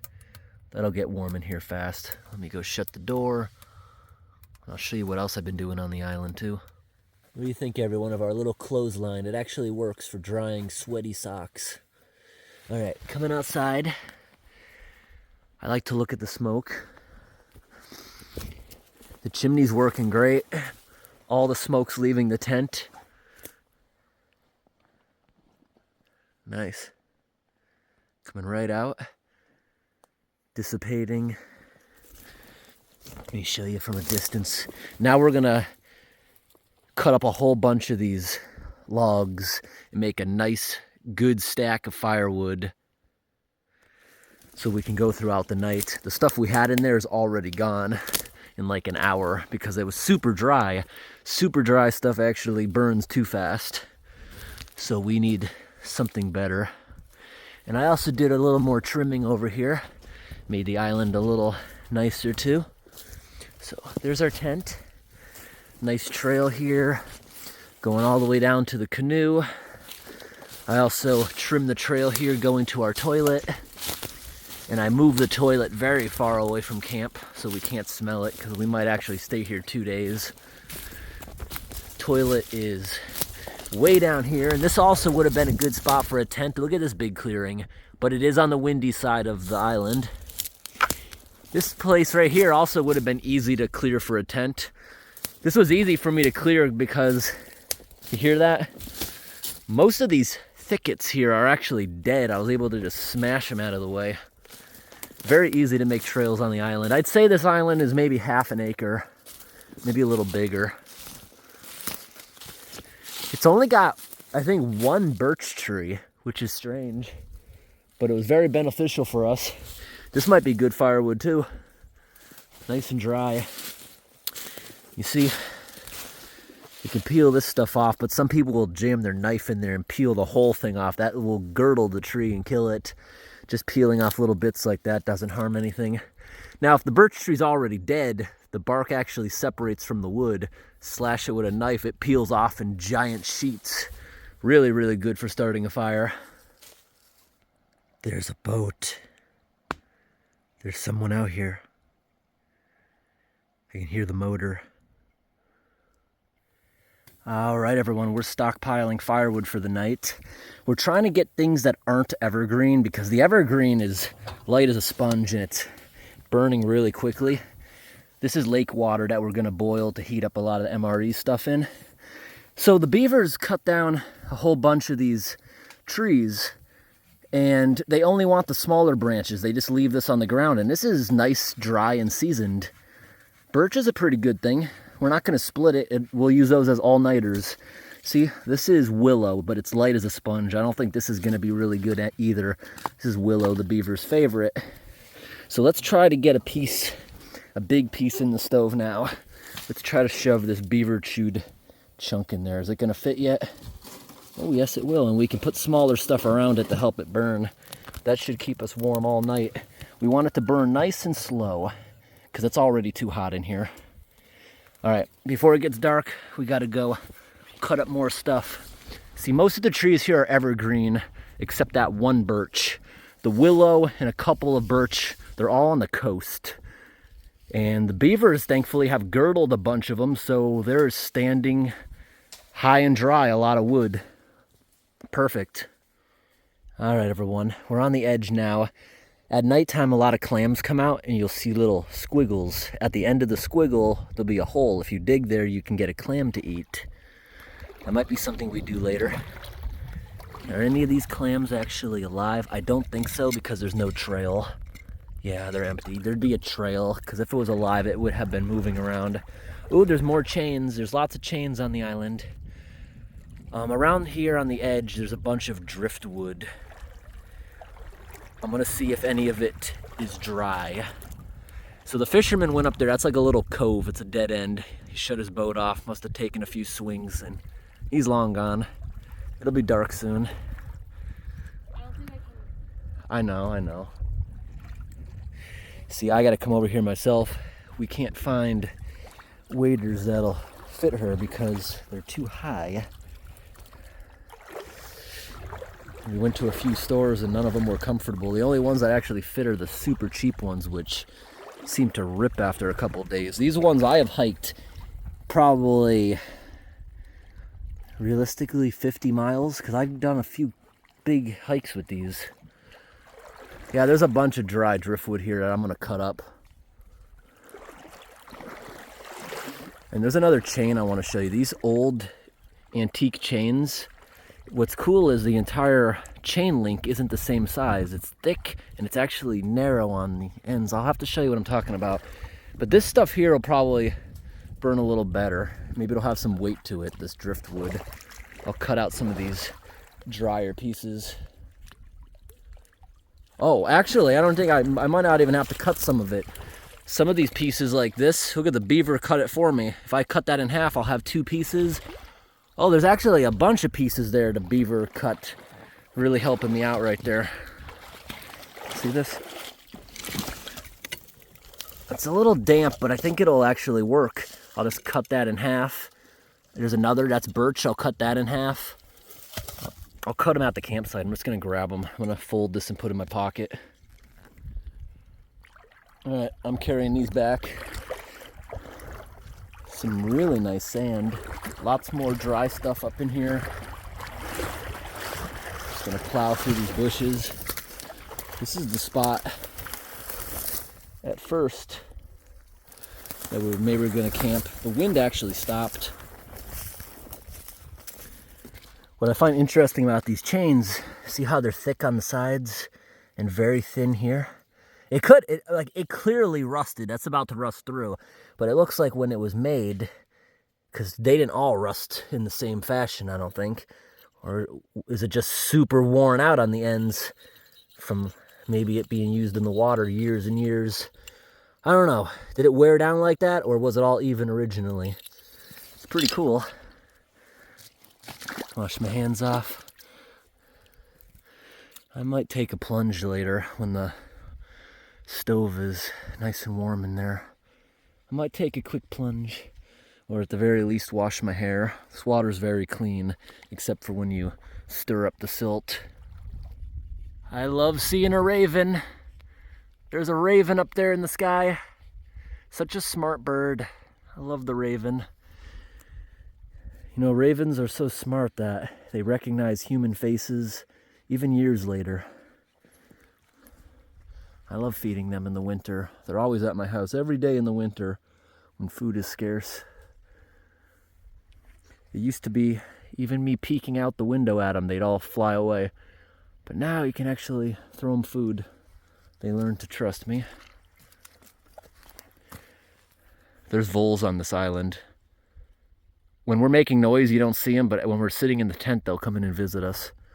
That'll probably be an ongoing thing tonight. All right, I just got those cut in half. And I hear the guy with the boat coming back. He probably used the same boat ramp as us, because it's the only one in the area, unless you go down to the end of the reservoir that's closer to town. We got a good reserve of firewood now, getting cut up, working up a sweat, having to take the jackets off. I'm gonna go see the guy going by with the boat. It was such a good idea making these trails here. It's so easy to maneuver the island now with trails instead of plowing through everything every single time. You see, beavers will cut down big trees so it falls into the water. They'll take all the branches but leave the trunk.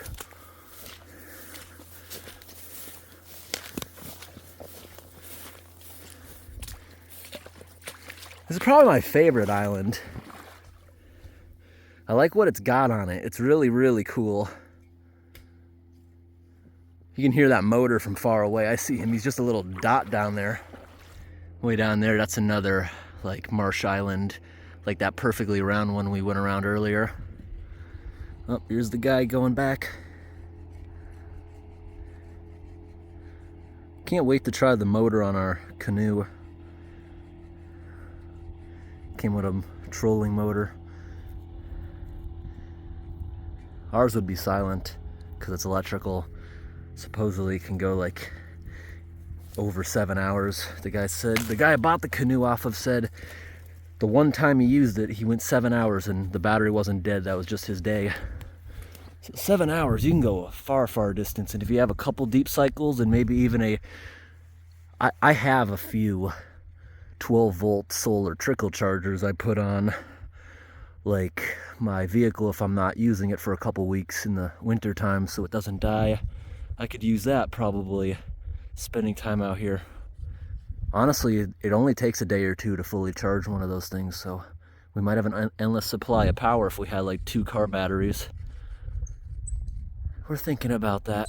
Maybe going to the Everglades, maybe next year. That'd be fun. All right, the wood stove's getting hotter, so it's starting to burn a little cleaner. We're not really worried about making smoke. We're in the middle of nowhere, and it's not an open flame, and it's been wet, so we're not really worried about that. Oh, there's a lot of moose poop on this island. They venture through here in these shallow waters. Maybe in the summertime, these shallow waters are full of aquatic grass, their favorite food. But that thing there, we have the dampers shut because we're not really trying to get heat. It's not that cold out right now. So we're just having it run slow, and when it's running slow, it tends to smoke a little more. These are all moose tracks right here. Every time I'm in Canada, I see moose tracks absolutely everywhere.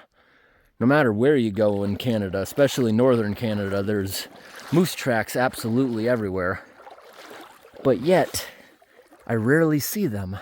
In Maine, I see half a dozen every day. But I've been here in these woods, and we drove around last night a couple hours, the night before a couple hours. They usually come out in the evening. Maybe it's because it was a bit windy. Moose like to come out at night, and we drove around probably 6 hours throughout the last couple nights, and we didn't see any moose. See how beavers leave a bunch of dry stuff bent over? That's what we're looking for. We're well camouflaged, and the smoke is actually dissipating before it even leaves the island.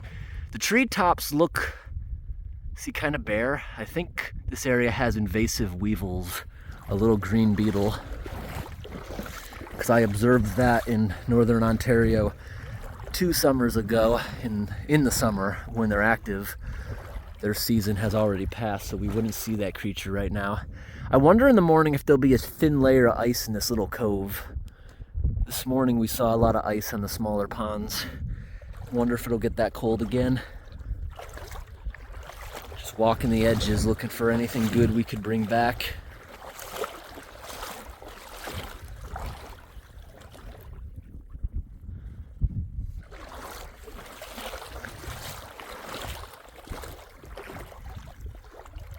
Do voles swim?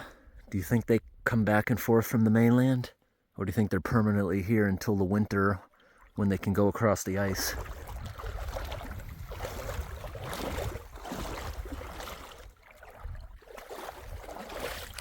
All right, coming back up.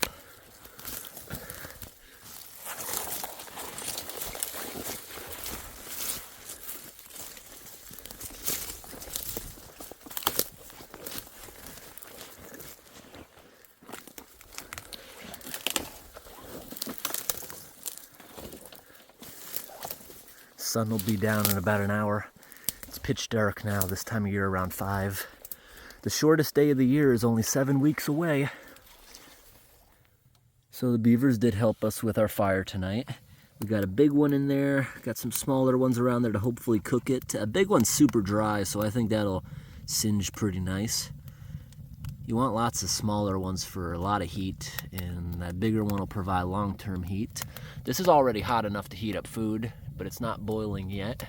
We vented the top because it's actually too hot, and as I'm playing with the fire, a little bit of smoke's getting in and it just goes right out the top. This actually looks really, really cool. I love our setup in here. It's nice. It'll burn more evenly when it is closed. And see, we got the dampers to control it. At night, we'll probably just leave one of them open so it burns slower. And we're actually gonna both go take a bath right now on the sandy side of the island. We brought some soap, and even though the water's so cold that it could ice tonight, last night it was icing. The water's probably it's probably just a couple of degrees above freezing, honestly. We just jump in real fast, get out, suds up head to toe, scrub our hair, jump back in, rinse off real quick, come in here, just sit in here with no clothes, dry off, and we're good. Put the clothes back on and be nice and clean instead of being stinky, because we've been in the woods for like 5 days now. All right, everyone, that water was so cold. Now we're in the hot tent, and it feels like a sauna in here. Being wet and the wet moss, it feels earthy and moist in here. It's actually a really nice feeling. That's why I'm growing my hair long, because I want to do a lot of freezing cold camps like this. So it feels like a brain freeze, and my feet still feel like they're going to get frostbite walking down there barefoot. It felt like a carpet, the woods. But as soon as we got down to the wet sand, it felt like ice. And getting in the water was the most difficult spot, and there was a bunch of leeches in there, but they had no interest in us. They just completely left us alone, amazingly. But now we're drying off, and we're about to make dinner. All right, everyone, we're all dry now and feeling fluffy. This giant flashlight I used, the 200,000 lumen flashlight, this is its lowest setting, and it supposedly can go on this nightlight setting for like 100 hours. The stove's running really good in there. That giant piece actually really shrunk. We'll be able to fit another giant in there soon. This water's warm, so we'll be able to heat up the MRE bags. We have jerky in here. Let me get this light on. We got jerky we're eating. Spam, that'll be for breakfast because that's gonna smell really strong. We don't want to attract a possible bear from the mainland. Lots of MRE stuff. Like this one, this pizza one I'm actually gonna have now. I'll show you how I plan on heating the pizza up. Look at that beef patty. This one will literally come with buns. It's a burger. And burrito bowl, that one sounds amazing too. And we might stay tomorrow night, but there's a chance, because we're not going to keep the food in the tent with us. We're going to put it way over by like the toilet in case the bear does visit the island. It won't be anywhere near us. But there's also a possibility mice or those voles are going to chew into here, because when we got back from taking a bath, there was at least one of them in here that ran out. So they're exploring our stuff out of curiosity and also probably definitely hunger. All right, everyone, we're having an MRE feast tonight. So we realize we can get the MREs at Ocean State Job Lot for $3 a piece. So a box of 12 only costs $30, so they're under $3 a piece. So I'm trying to heat my pizza up right here, trying to crisp it up a little bit, but I don't want to burn it or get rust on it. So that's actually working. The sticks aren't smoking. That's what the pepperoni pizza looks like. It's a square piece like you got back in school. We have that warm water there to heat it up. And that person that told me to put salt in the heater are absolutely right. That thing gets scalding, really scalding. But the foreign ones I always reviewed, we never put salt in them and they worked really good. But this works really, really good. I poured the whole packet of salt in there. I slightly overfilled it and that is actually taking off really, really good. Oatmeal cookie. These higher quality ones actually come with things like, look at that, M&Ms. M&Ms. And what I'm actually heating up in there is cherry cobbler. So it's going to be like a warm pie. That's what I'm heating up. And look at that right there. What was yours called? Beef patty. Beef patty. Look at that. It came with tortilla shells, so it's kind of like a taco. That looks really delicious. We're also got another one here. There it is, Italian sausage. Yeah, we're just going to have a feast because we figure that if whatever we leave out there, those little rodents are going to chew into it. So we're going to have an absolute feast, and they can just have, I guess, they can lick our leftovers later. Delicious looking.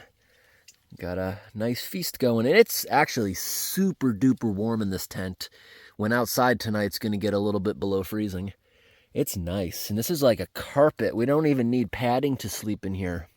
Honestly, we could just sleep on this tarp with a blanket, but we'll probably sleep on top of our thick sleeping bag since we brought it out here. See, we got a camouflage tarp, but we put the camouflage side down because it's pretty easy to lose stuff in the camouflage. We just put the green side up. But MRE feast, and it only costs like $12, these 4 MREs that we brought out. Yum, yum, yum. Look at this here. It's like scalloped potatoes with cheese all over them. That pizza idea worked great. It was nice and perfectly crispy. It tasted like it was actually baked in an oven by putting it up like that. All right, you saw that we basically had beef patties. So it was like a burger on a tortilla shell. Now, this one here is actually shredded beef. So we're going to have actual tacos, and we have jalapeno cheese. That's awesome. One of these came with a cinnamon bun we're going to have for breakfast. We're going to heat that up. A cinnamon bun, that sounds awesome. We're really not worried about a bear, but we're going to put up a bear bag because we don't want the voles chewing into our food. I assume they'd chew into one, eat that, and fill up, but we don't want to deal with that. So we're going to go ahead and just put all of our leftovers on the other side of the island in a bear bag because we don't want the voles chewing all our food because we actually want to have some stuff for breakfast. But this is like the MRE buffet. We're having a really good time with this stuff. What else was interesting that we had in here? M&Ms.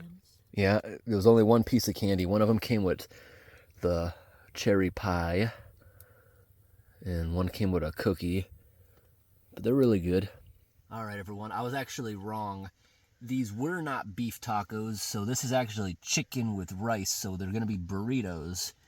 And this is Tabasco hot sauce, and that is jalapeno cheese, so they're going to be pretty spicy. We're going to use up this whole thing because a nice memory from the island. We're going to clean this out. We're going to bring a little sand home in this teeny cute little glass bottle. All right, we're going to give this a try now.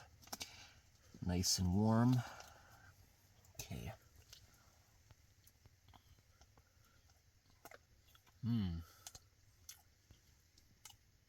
Oh, that might get too spicy.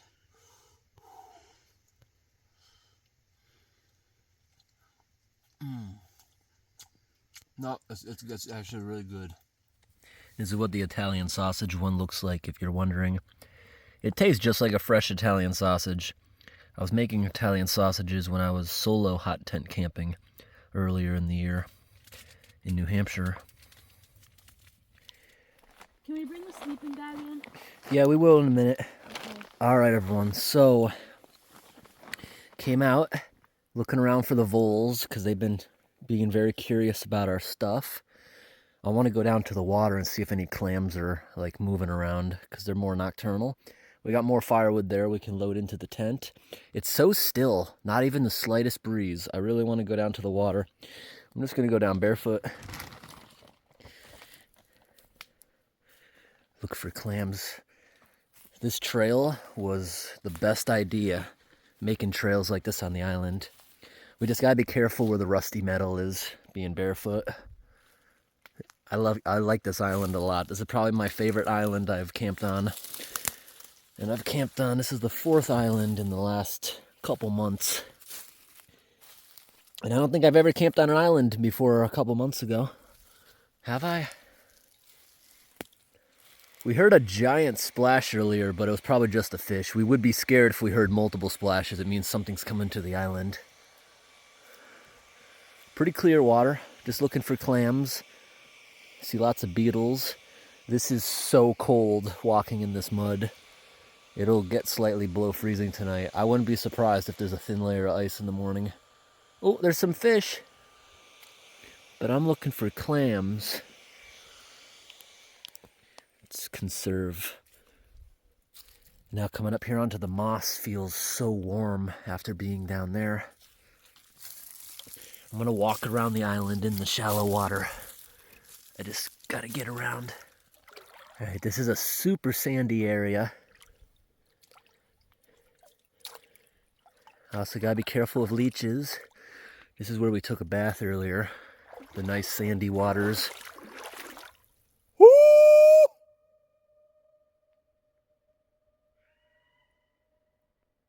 That echo is amazing!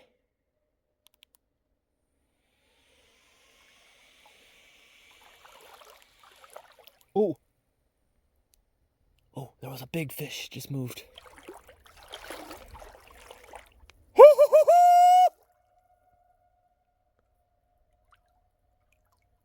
The echo is endless. I hear a vehicle coming on the dirt road nearby. My feet are already getting numb. This water's so cold. I just don't want to get my shorts wet. Always got to look for creatures at night when I'm camping. Who knows what you'll find. At Moosehead Lake, remember we saw so many crayfish.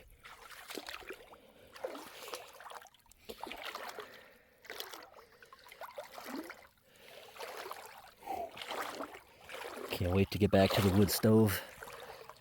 My legs are getting numb. But it's also refreshing. Ooh, there's lots of little fish. There's white sucker fish.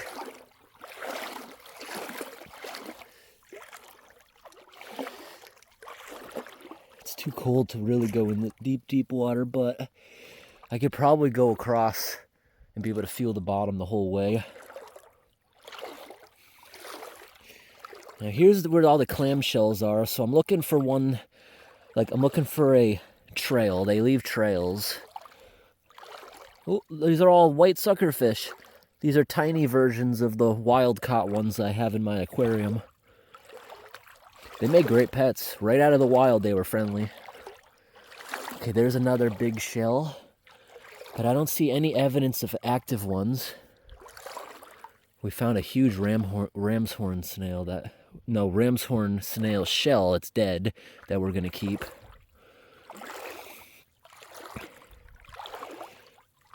Okay, I'm getting used to this. I think my feet are just numb, or I think my body's sending blood down there. Anytime I flood my boots while like unclogging a culvert that is in icy water, actually body starts heating up pretty fast. I don't see any leeches right now. In fact, leeches actually prefer colder waters, but this might actually be too cold for them. Leeches like water between 40 and 60 degrees Fahrenheit, between 5 and 15. And do you see this in the water right here? Oh, when water's cold, it is so hard to get soap off yourself because soap doesn't want to mix with the water. That's what that is, these little particles of soap just not wanting to dissolve. And for anyone who wants to complain, oh, that's bad for the environment, where do you think everything going down your drain goes? It eventually gets dumped in a river after the sewage treatment plant. Sewage treatment plant only breaks down the waste, not the chemicals. For anyone who wants to complain about that. This actually feels so good on the feet. This is no longer sand. This is like heavy silt or mud. Now it's getting sandy again. Cold water's not even bothering me anymore. Like earlier when I was taking a bath, it was hard for me to get in. But once I washed my hair, my body actually started really heating up, then I was able to just completely get in for a couple of minutes, and it was tough, but we did it. Okay, we have now done half a lap around the island. Now this part's actually a little ouchy on the feet because now this backside of the island is pebbles.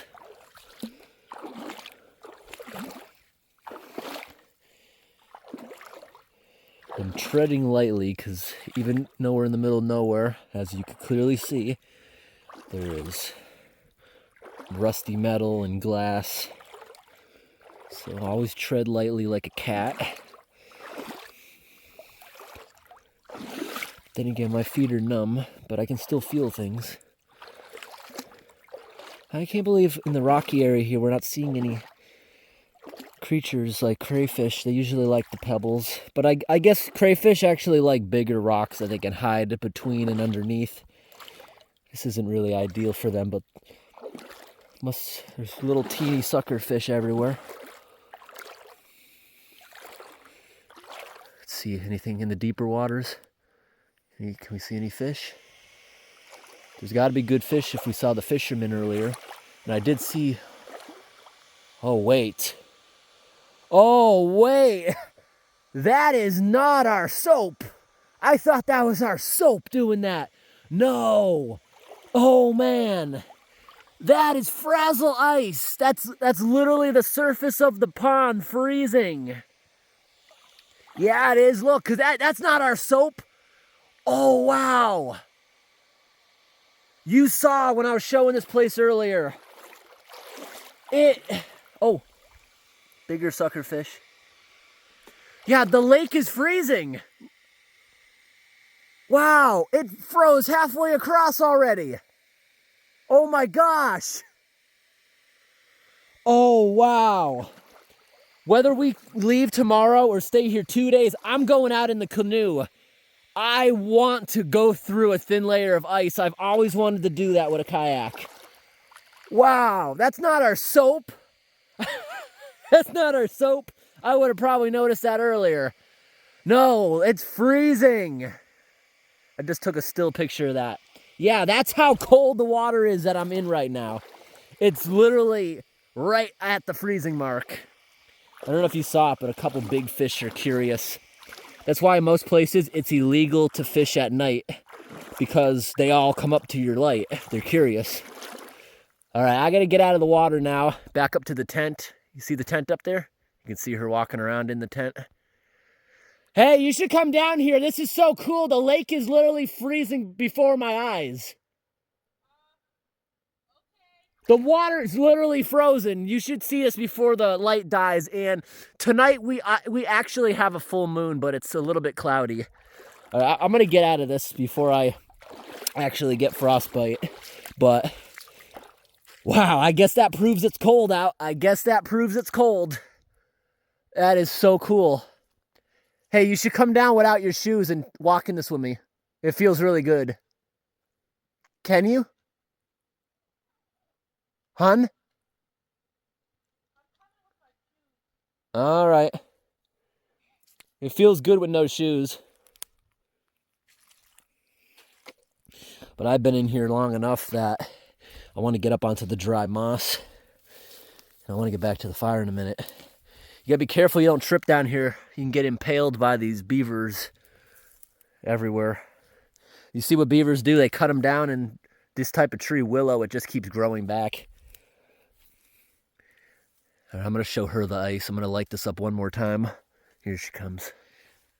All right, you can hear me really good. Like when it's still and quiet like this and you're walking around talking, people a mile away can probably hear your voice. So you know what I was saying. I was saying that the soap was like coagulating with the water. How do you say it? Coagulating? Yeah, like blood. It wasn't mixing because it's so cold. No, it's freezing. Look. That's ice. That's how cold the water that we just bathed in was. Look at that. It's freezing. That's ice. Wow. That's how cold what we just were swimming in is.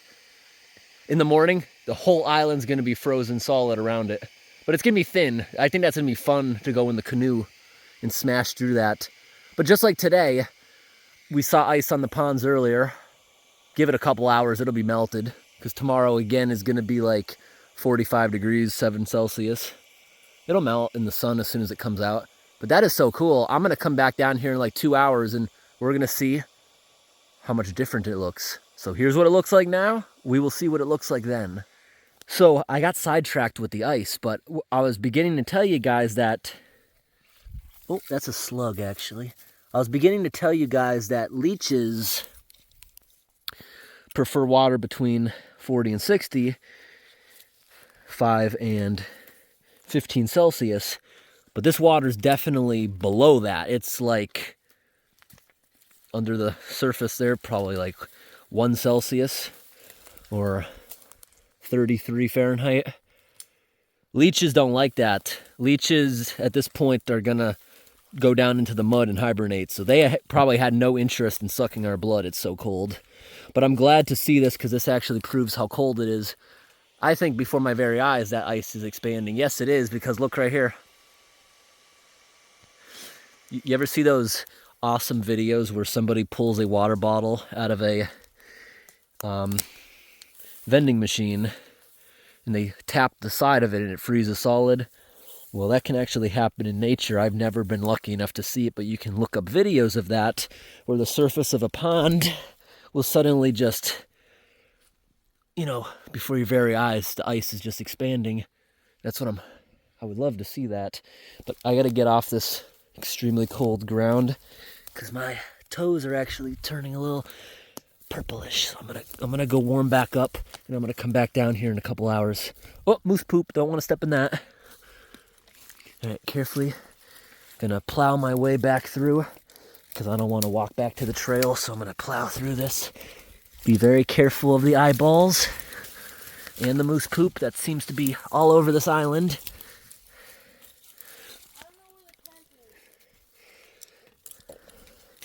We'll find it. It's not a big place. We'll find the tent.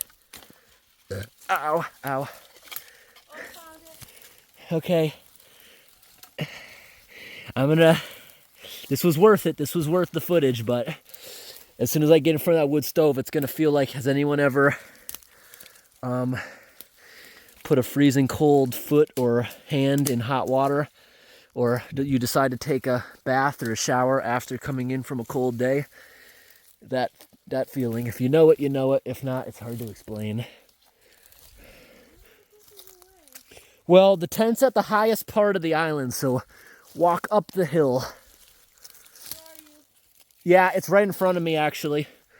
You're actually heading towards the canoe. You might have been better off continuing to the trail. Ow! I just got one in the head. right, there's the tent. We come back into the tent. Oh, that feels warm. It's nice and warm in here. We got a friend right there. Basically, all the spiders on the island right now are flocking to our tent because it's warm. Okay, I'm just gonna sit down in front of the tent right now. Whew. Oh, it's jacket time. It feels nice in here. All right, everyone. We got the stove going real good. Nope, my feet never hurt. Nope, it never hurt. I'm all warmed up. So right here, we are heating this up. We're gonna drink it like hot chocolate. We filled that up, mixed it up. We're just letting it soak right now. This right here is orange. It's pretty much Tang. They all smell the same, but look, one's bright, one's dark, one's kind of in between. That's weird, right? We mixed them all up. It's strange. They all smell the same and they all taste the same, but they're all different shades, one that came out of each MRE. That's kind of weird. I just finished the Italian sausage stuff. And yeah, we're about to go put up a bear bag. And then I want to go check on the ice one more time. Then we're going to try to sleep. We're going to get all our trash out of here, put that up in the bear bag. Then I want to wake up at the crack of dawn. I want to see how much ice there is before the sun starts melting it. Everyone, we might wake up to a winter miracle. So I just checked the weather because there's like 1 bar of signal on this island.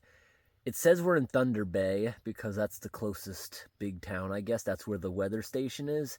It says outside that it's 45 Fahrenheit, about 7 Celsius. It's obviously not true if the water's freezing across like that. But it says tonight, 80% chance of rain between 1 a.m. and 4 a.m.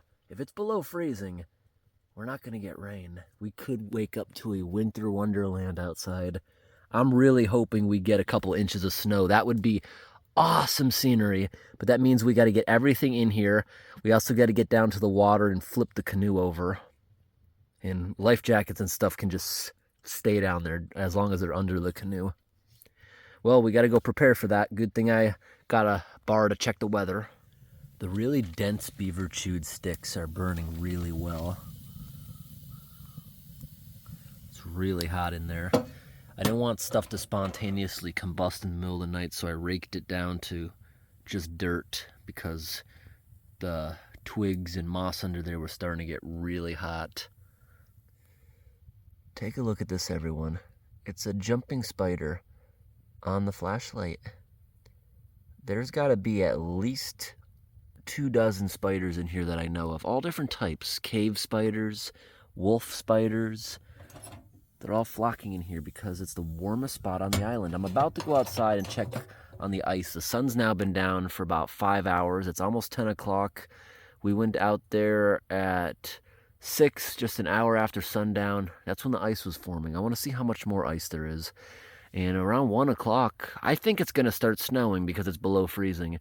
The closest forecast that my phone is saying is Thunder Bay, and that's quite a distance away, actually, and a bit warmer. I think we're going to snow here if we even do precipitate. But I'm going to go outside in a moment. I don't know how I didn't show everyone this, but inside the tent with us, we literally have a stump that was cut down by the beaver. Yeah, Oh yeah, I noticed this before I set the tent up. I just haven't showed it on the camera. All right, everyone, I'm outside, and as far as I can tell, there are no mice on the island, just voles. And voles can be active any time of the day or night, but they're typically dawn and dusk. Look at the smoke coming out. It's perfectly still. Look at all the ash on the outside of the tent. But thankfully no embers. Not a single hole burned in it. We're doing good. It's nice and toasty in there. Outside now, this feels good. This moss is really, really cold. But we're going to go down, take a look at the ice, conserve the battery a little bit, have a lighter setting. This looks nice. I love this. Being out in the woods like this. I'm going to take a barefoot walk down again. My feet are nice and calloused up because I don't wear shoes a lot when I'm on my own property. Go for walks down the gravel road, and it's good for when you're out in the woods.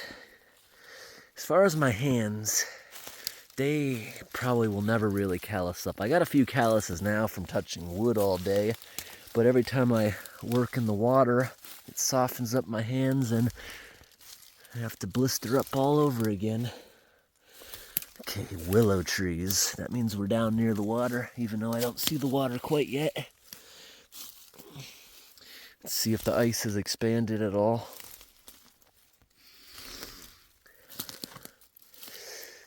Okay. Light it up. Oh! Not really. It didn't really expand too much more from before. We'll have to check it in the morning.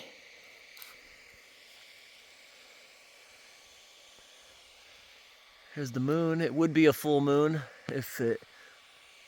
You know, I can actually, if I shut this off and let my eyes adjust, I can walk around and I'd even be able to find my way back to the tent. Look at that. Look how bright it is. That's what I'm actually seeing with the naked eye. This is panoramic, which needs a lot of light to actually see anything. We are freezing. I'd say it maybe a little more than before. But the edge, nope, no ice yet. I'll walk out a little bit, see some fish. I want to touch that. I want to touch the ice, but it's not forming near the edge. It's forming back there in the corner where the water's a little stiller. I don't know if it would actually freeze in the wide open area because, again, there's a current. This is a reservoir being fed by a fairly large river.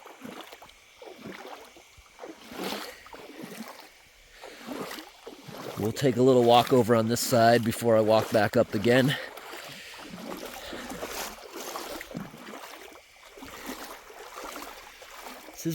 This is refreshing. Okay, over here, we can actually start to see the frazzle ice, the little particles.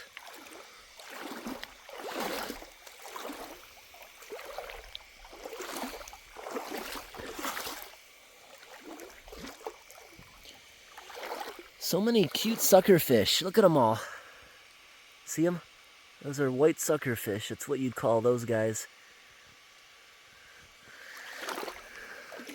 There's hundreds of them. There's more than there were even before. It's not as frozen here, just back in this corner.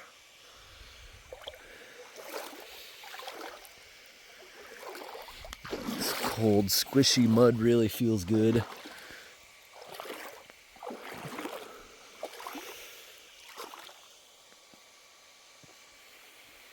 Ooh, that suckerfish is a bit bigger. It's kind of like the one I have in the aquarium, about 5 inches.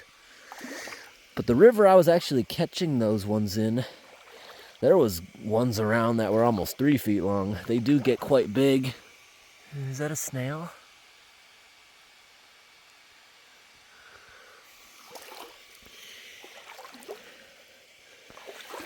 I love the nighttime creatures.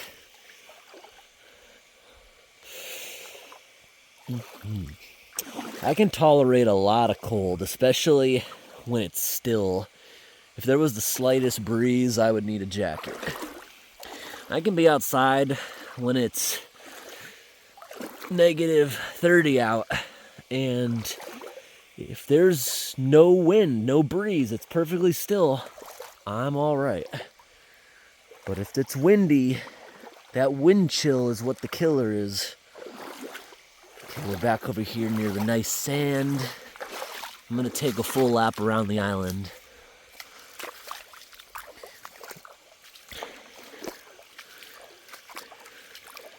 We got enough food to stay out here another night, but I don't think we are.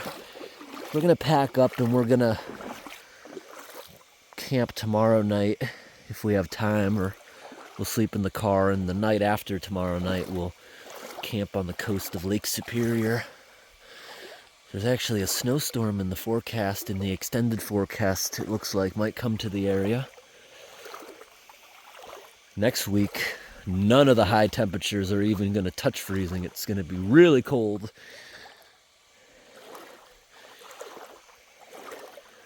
This November's been fairly warm in Maine.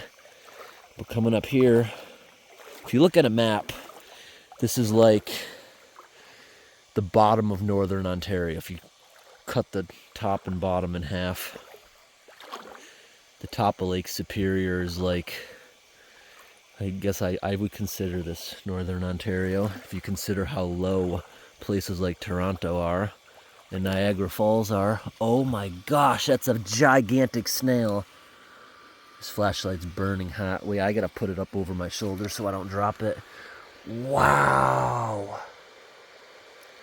And it's alive. That is a big old snail. Wow. I love that guy. All right, we'll put him back down. Massive thing. Look, look at the smoke. Look at the smoke. This flashlight gets so hot. The part you put over your shoulder just touched the lens and it started smoking. Yeah, you can literally light paper on fire. This flashlight's so powerful. I'll dim it a little bit. You can only use that high setting for a total of like a half an hour. On this setting, it goes a couple hours. On the nightlight setting, like I've been using in the tent, we've never tested it, but it's advertised as going over 100 hours. See, this is why I like these nighttime walks. I've never seen a snail like that big. Oh, there's another fairly large sucker. You know there's giant suckers in here. The parents of these fish would be multiple feet long. They get pretty big. My pet ones, if they outgrow the aquarium, they're gonna go in my yard, in the pond. Okay, now we're on the pebbles, which is a little rough after my feet are softening up. This is the area we took a bath again. The canoe will be around the corner where that cedar tree is. Okay, this is getting a little deep. I don't want my pants to get wet before bed. Okay.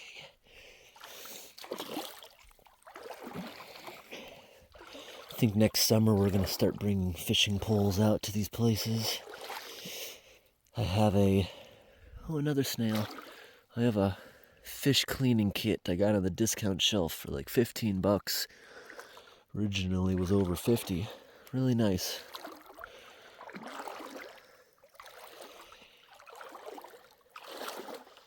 Next year I want to make some videos like that in the middle of summer, like berry season. We'll be able to fish, catch some clams, crayfish. There's blueberry bushes all over this island. We wouldn't even have to bring food. I want to camp like that a couple times next year when food's abundant in the summertime. Oh, I'm surprised. The open water's actually freezing. Wow. I didn't expect that. Look at that. Ooh. That scared me. One of the sucker fish just went up to me and stuck onto me. Wow, this is freezing too. Can't wait to see what morning brings. Dim it down again. Yeah, I didn't expect the wide open part to be freezing. Just shows it's slowly getting colder. Oh, it's freezing around here where the canoe is. We flipped the canoe over so it's not full of snow. Put the life jackets and everything under it. I don't think it's going to rain. I think it's going to snow if it does. Can't always trust the forecast when you're in the wilderness. It's always going to be colder. All right, the canoe's right coming up. All right, time for me to go back to the tent, warm up my feet, dry off my feet in front of the wood stove, get some sleep. Good night, everyone. We'll see you in the morning. There's the canoe. Even though it's cold enough for this ice to be forming, look, the slugs don't care. They're out crawling around. The whole canoe is covered in curious slugs.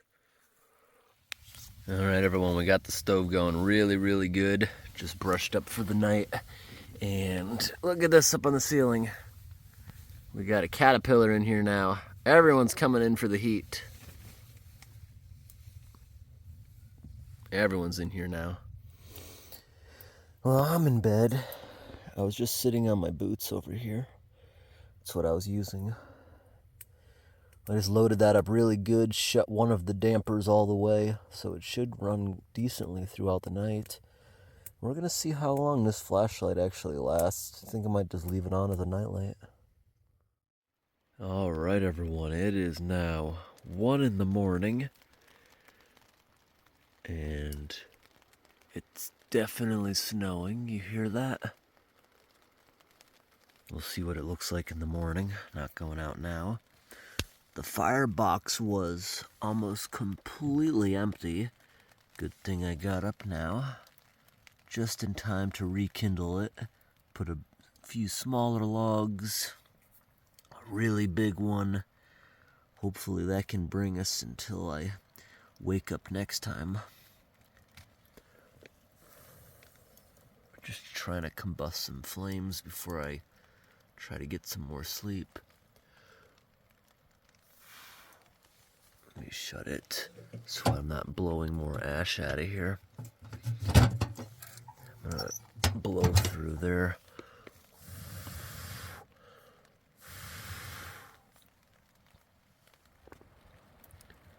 Alright, a little bit of blowing worked. Okay, I'm gonna go back to bed. Hopefully that stays lit until the next time I wake up. Hopefully I wake up in just a couple more hours.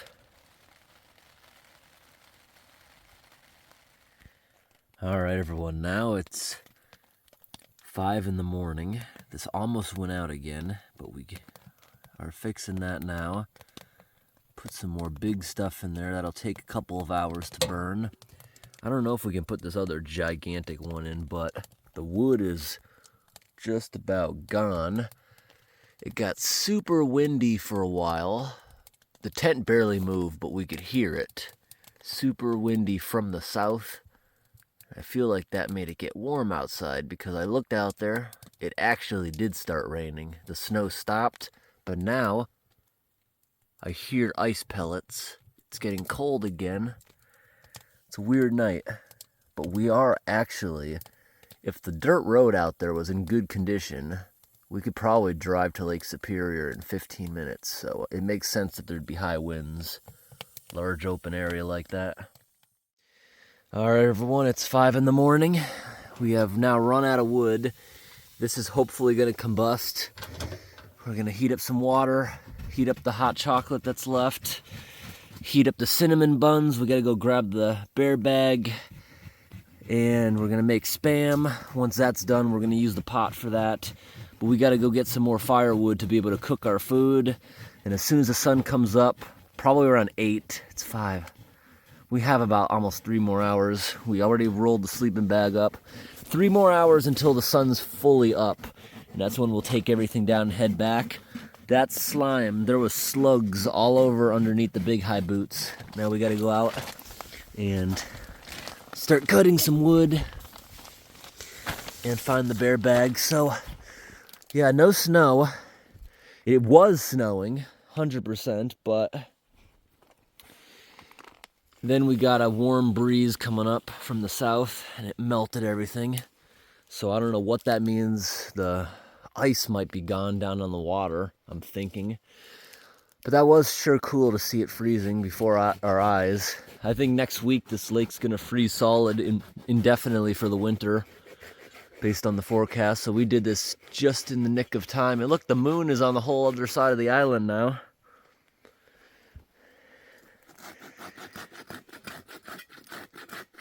Good job. Now I'm gonna help. Sometimes in my comments, some people say I'm not helping at all. It's because I'm the one filming. Look at the tent's kind of collapsing under the weight of the wet tent. It's raining. It's coffee time. We're organizing everything. We got more orange juice. Gonna make another coffee right here. And we're heating up the food because we got the fire going good again. We cracked the Spam so it doesn't explode. It's sitting in water with a bunch of cheese, cinnamon buns, and hot chocolate. It's now 5:45 in the morning. I'm gonna burn this last piece. This is dry, it burns fast. Then we're gonna let the stove burn out for a couple of hours so it's cold enough to pick it up and dump it out.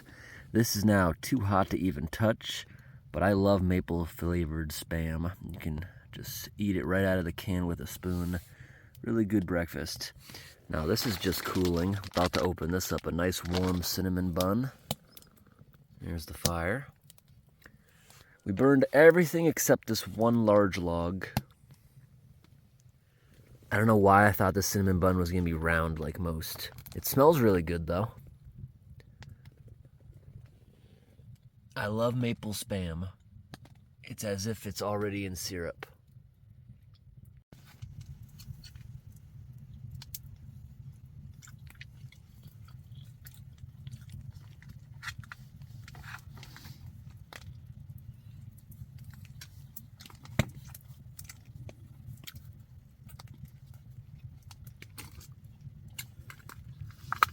They're great breakfast foods and they're actually good together.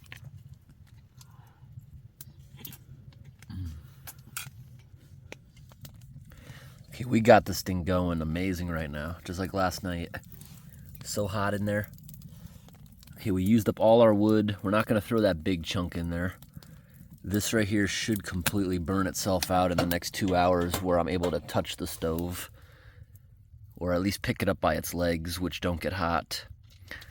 As soon as the chimney is cold enough to touch, I'm gonna take it down, pick it up by the legs, dump it outside, probably next to the water, so I can splash anything that might still be hot. But we still got 2 hours before the sun comes up, so we already had breakfast. As soon as the sun comes up, we'll be ready to go. I can take this entire tent down and fold it up in like 10 minutes once the stove is cool.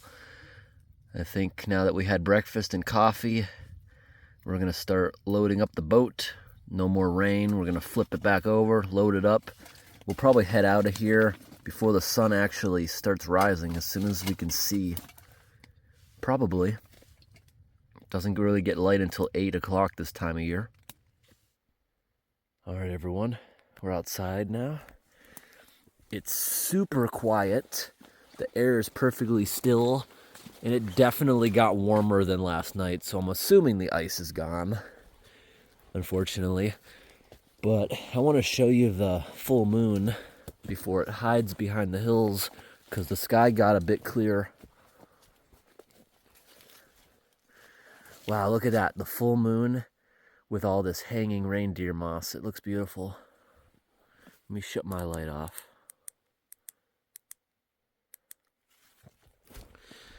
I can walk around on my little trail without even using a flashlight. The moon is so bright. Now we're down here by the canoe. Look at the reflection of the moon. We got a full moon. It's probably the clearest it's gonna be. Within the next hour, it's gonna hide behind that hill. But I don't see any ice. I'll get the big light and look at the backside where the ice was forming, but I feel like it's probably gone. Now we're just waiting for the sun to come up, but there's no sign of it yet, just moonlight. All right, it's 6:30 in the morning. I went to the back of the island. Oh, there is still some ice.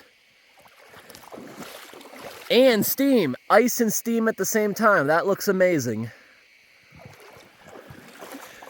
Oh, the ice is still here. And it really started hardening. Look at trapped bubbles and stuff. Wow, this is so cool. I gotta take some stills. I don't know how long the camera light's gonna last now, but that's so cool. Wait, that's not bubbles. That's the frazzle ice connecting itself to try to freeze over. Really cool. It, to me, looks like there's less ice because it is indeed getting warmer. Wow, look at the moon. That's such a good picture. With the clouds. Love that. I love that so much. I love the moon.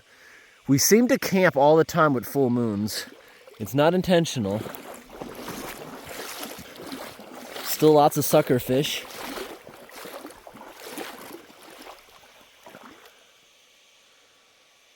Yeah, the ice is literally going away compared to last night. Because you can tell it's above freezing, way above freezing. It started as snow, but then it all just melted. That's unfortunate. It would have been awesome if we woke up to a nice snowy scenery. But that's okay. I'm gonna go back up to the tent now. Actually, I'm gonna flip over to the canoe and I wanna start packing things up. Look at that, there's a trail over there. Something big's been coming down here. That might be where the moose enters the water to get to the island. I wanna flip the canoe over and start slowly picking stuff up. The hot stove will be the last thing we grab. Because it would be nice to actually set off before the sun comes up. Because the moon will still be bright enough behind the mountain that we can navigate without lights. Pretty simple to get back. We just go around the peninsula that's in front of us and go all the way to the end. Ready? All right, everyone, we want to get out of here because this moonlight is awesome. The sun doesn't come up for nearly 2 more hours. This stove will be completely cold in like 20 minutes. It's thin metal. I just need to dump out the ash in the water so there's no chance of it starting a fire. The bottom of the legs are actually cold enough to touch. I was using this as a pot holder to take apart the chimney, but we don't no longer need it. Okay, here we go. Coming out into the water.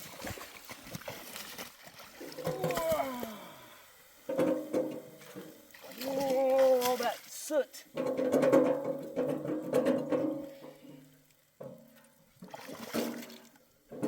This thing probably weighs maybe 30 pounds. It's kind of heavy to be doing this with.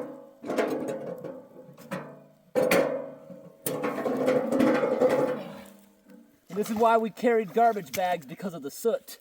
When this cools down, we're gonna put it in a garbage bag. All right, that should completely cool down in like 20 minutes, where we can put it in a plastic bag. Nice. Now let me extinguish the floating log.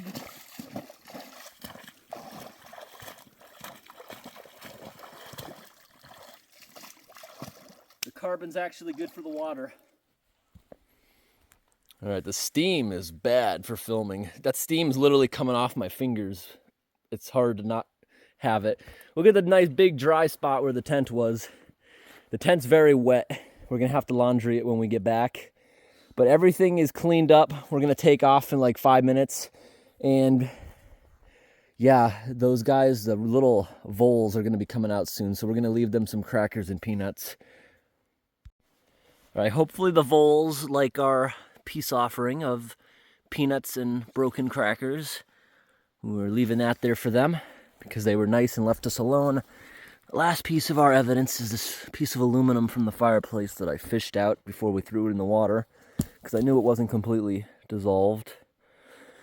Okay, we did good. Look at that dry spot when the rest of the forest floor is wet. All right, everyone, here's our island. It's twilight time. I got the camera adding some light. This is what it looks like to our naked eye. Enough to navigate. It's so calm, the water. It's so peaceful. We should be back in about an hour because we're not fighting the wind. Yesterday we were fighting the wind the whole time. All right, everyone. There's the small island that we checked out yesterday. That means we got about another hour of paddling. All right, everyone, we're back, but we're exploring a little bit up the river, under the bridges and stuff. It's nice.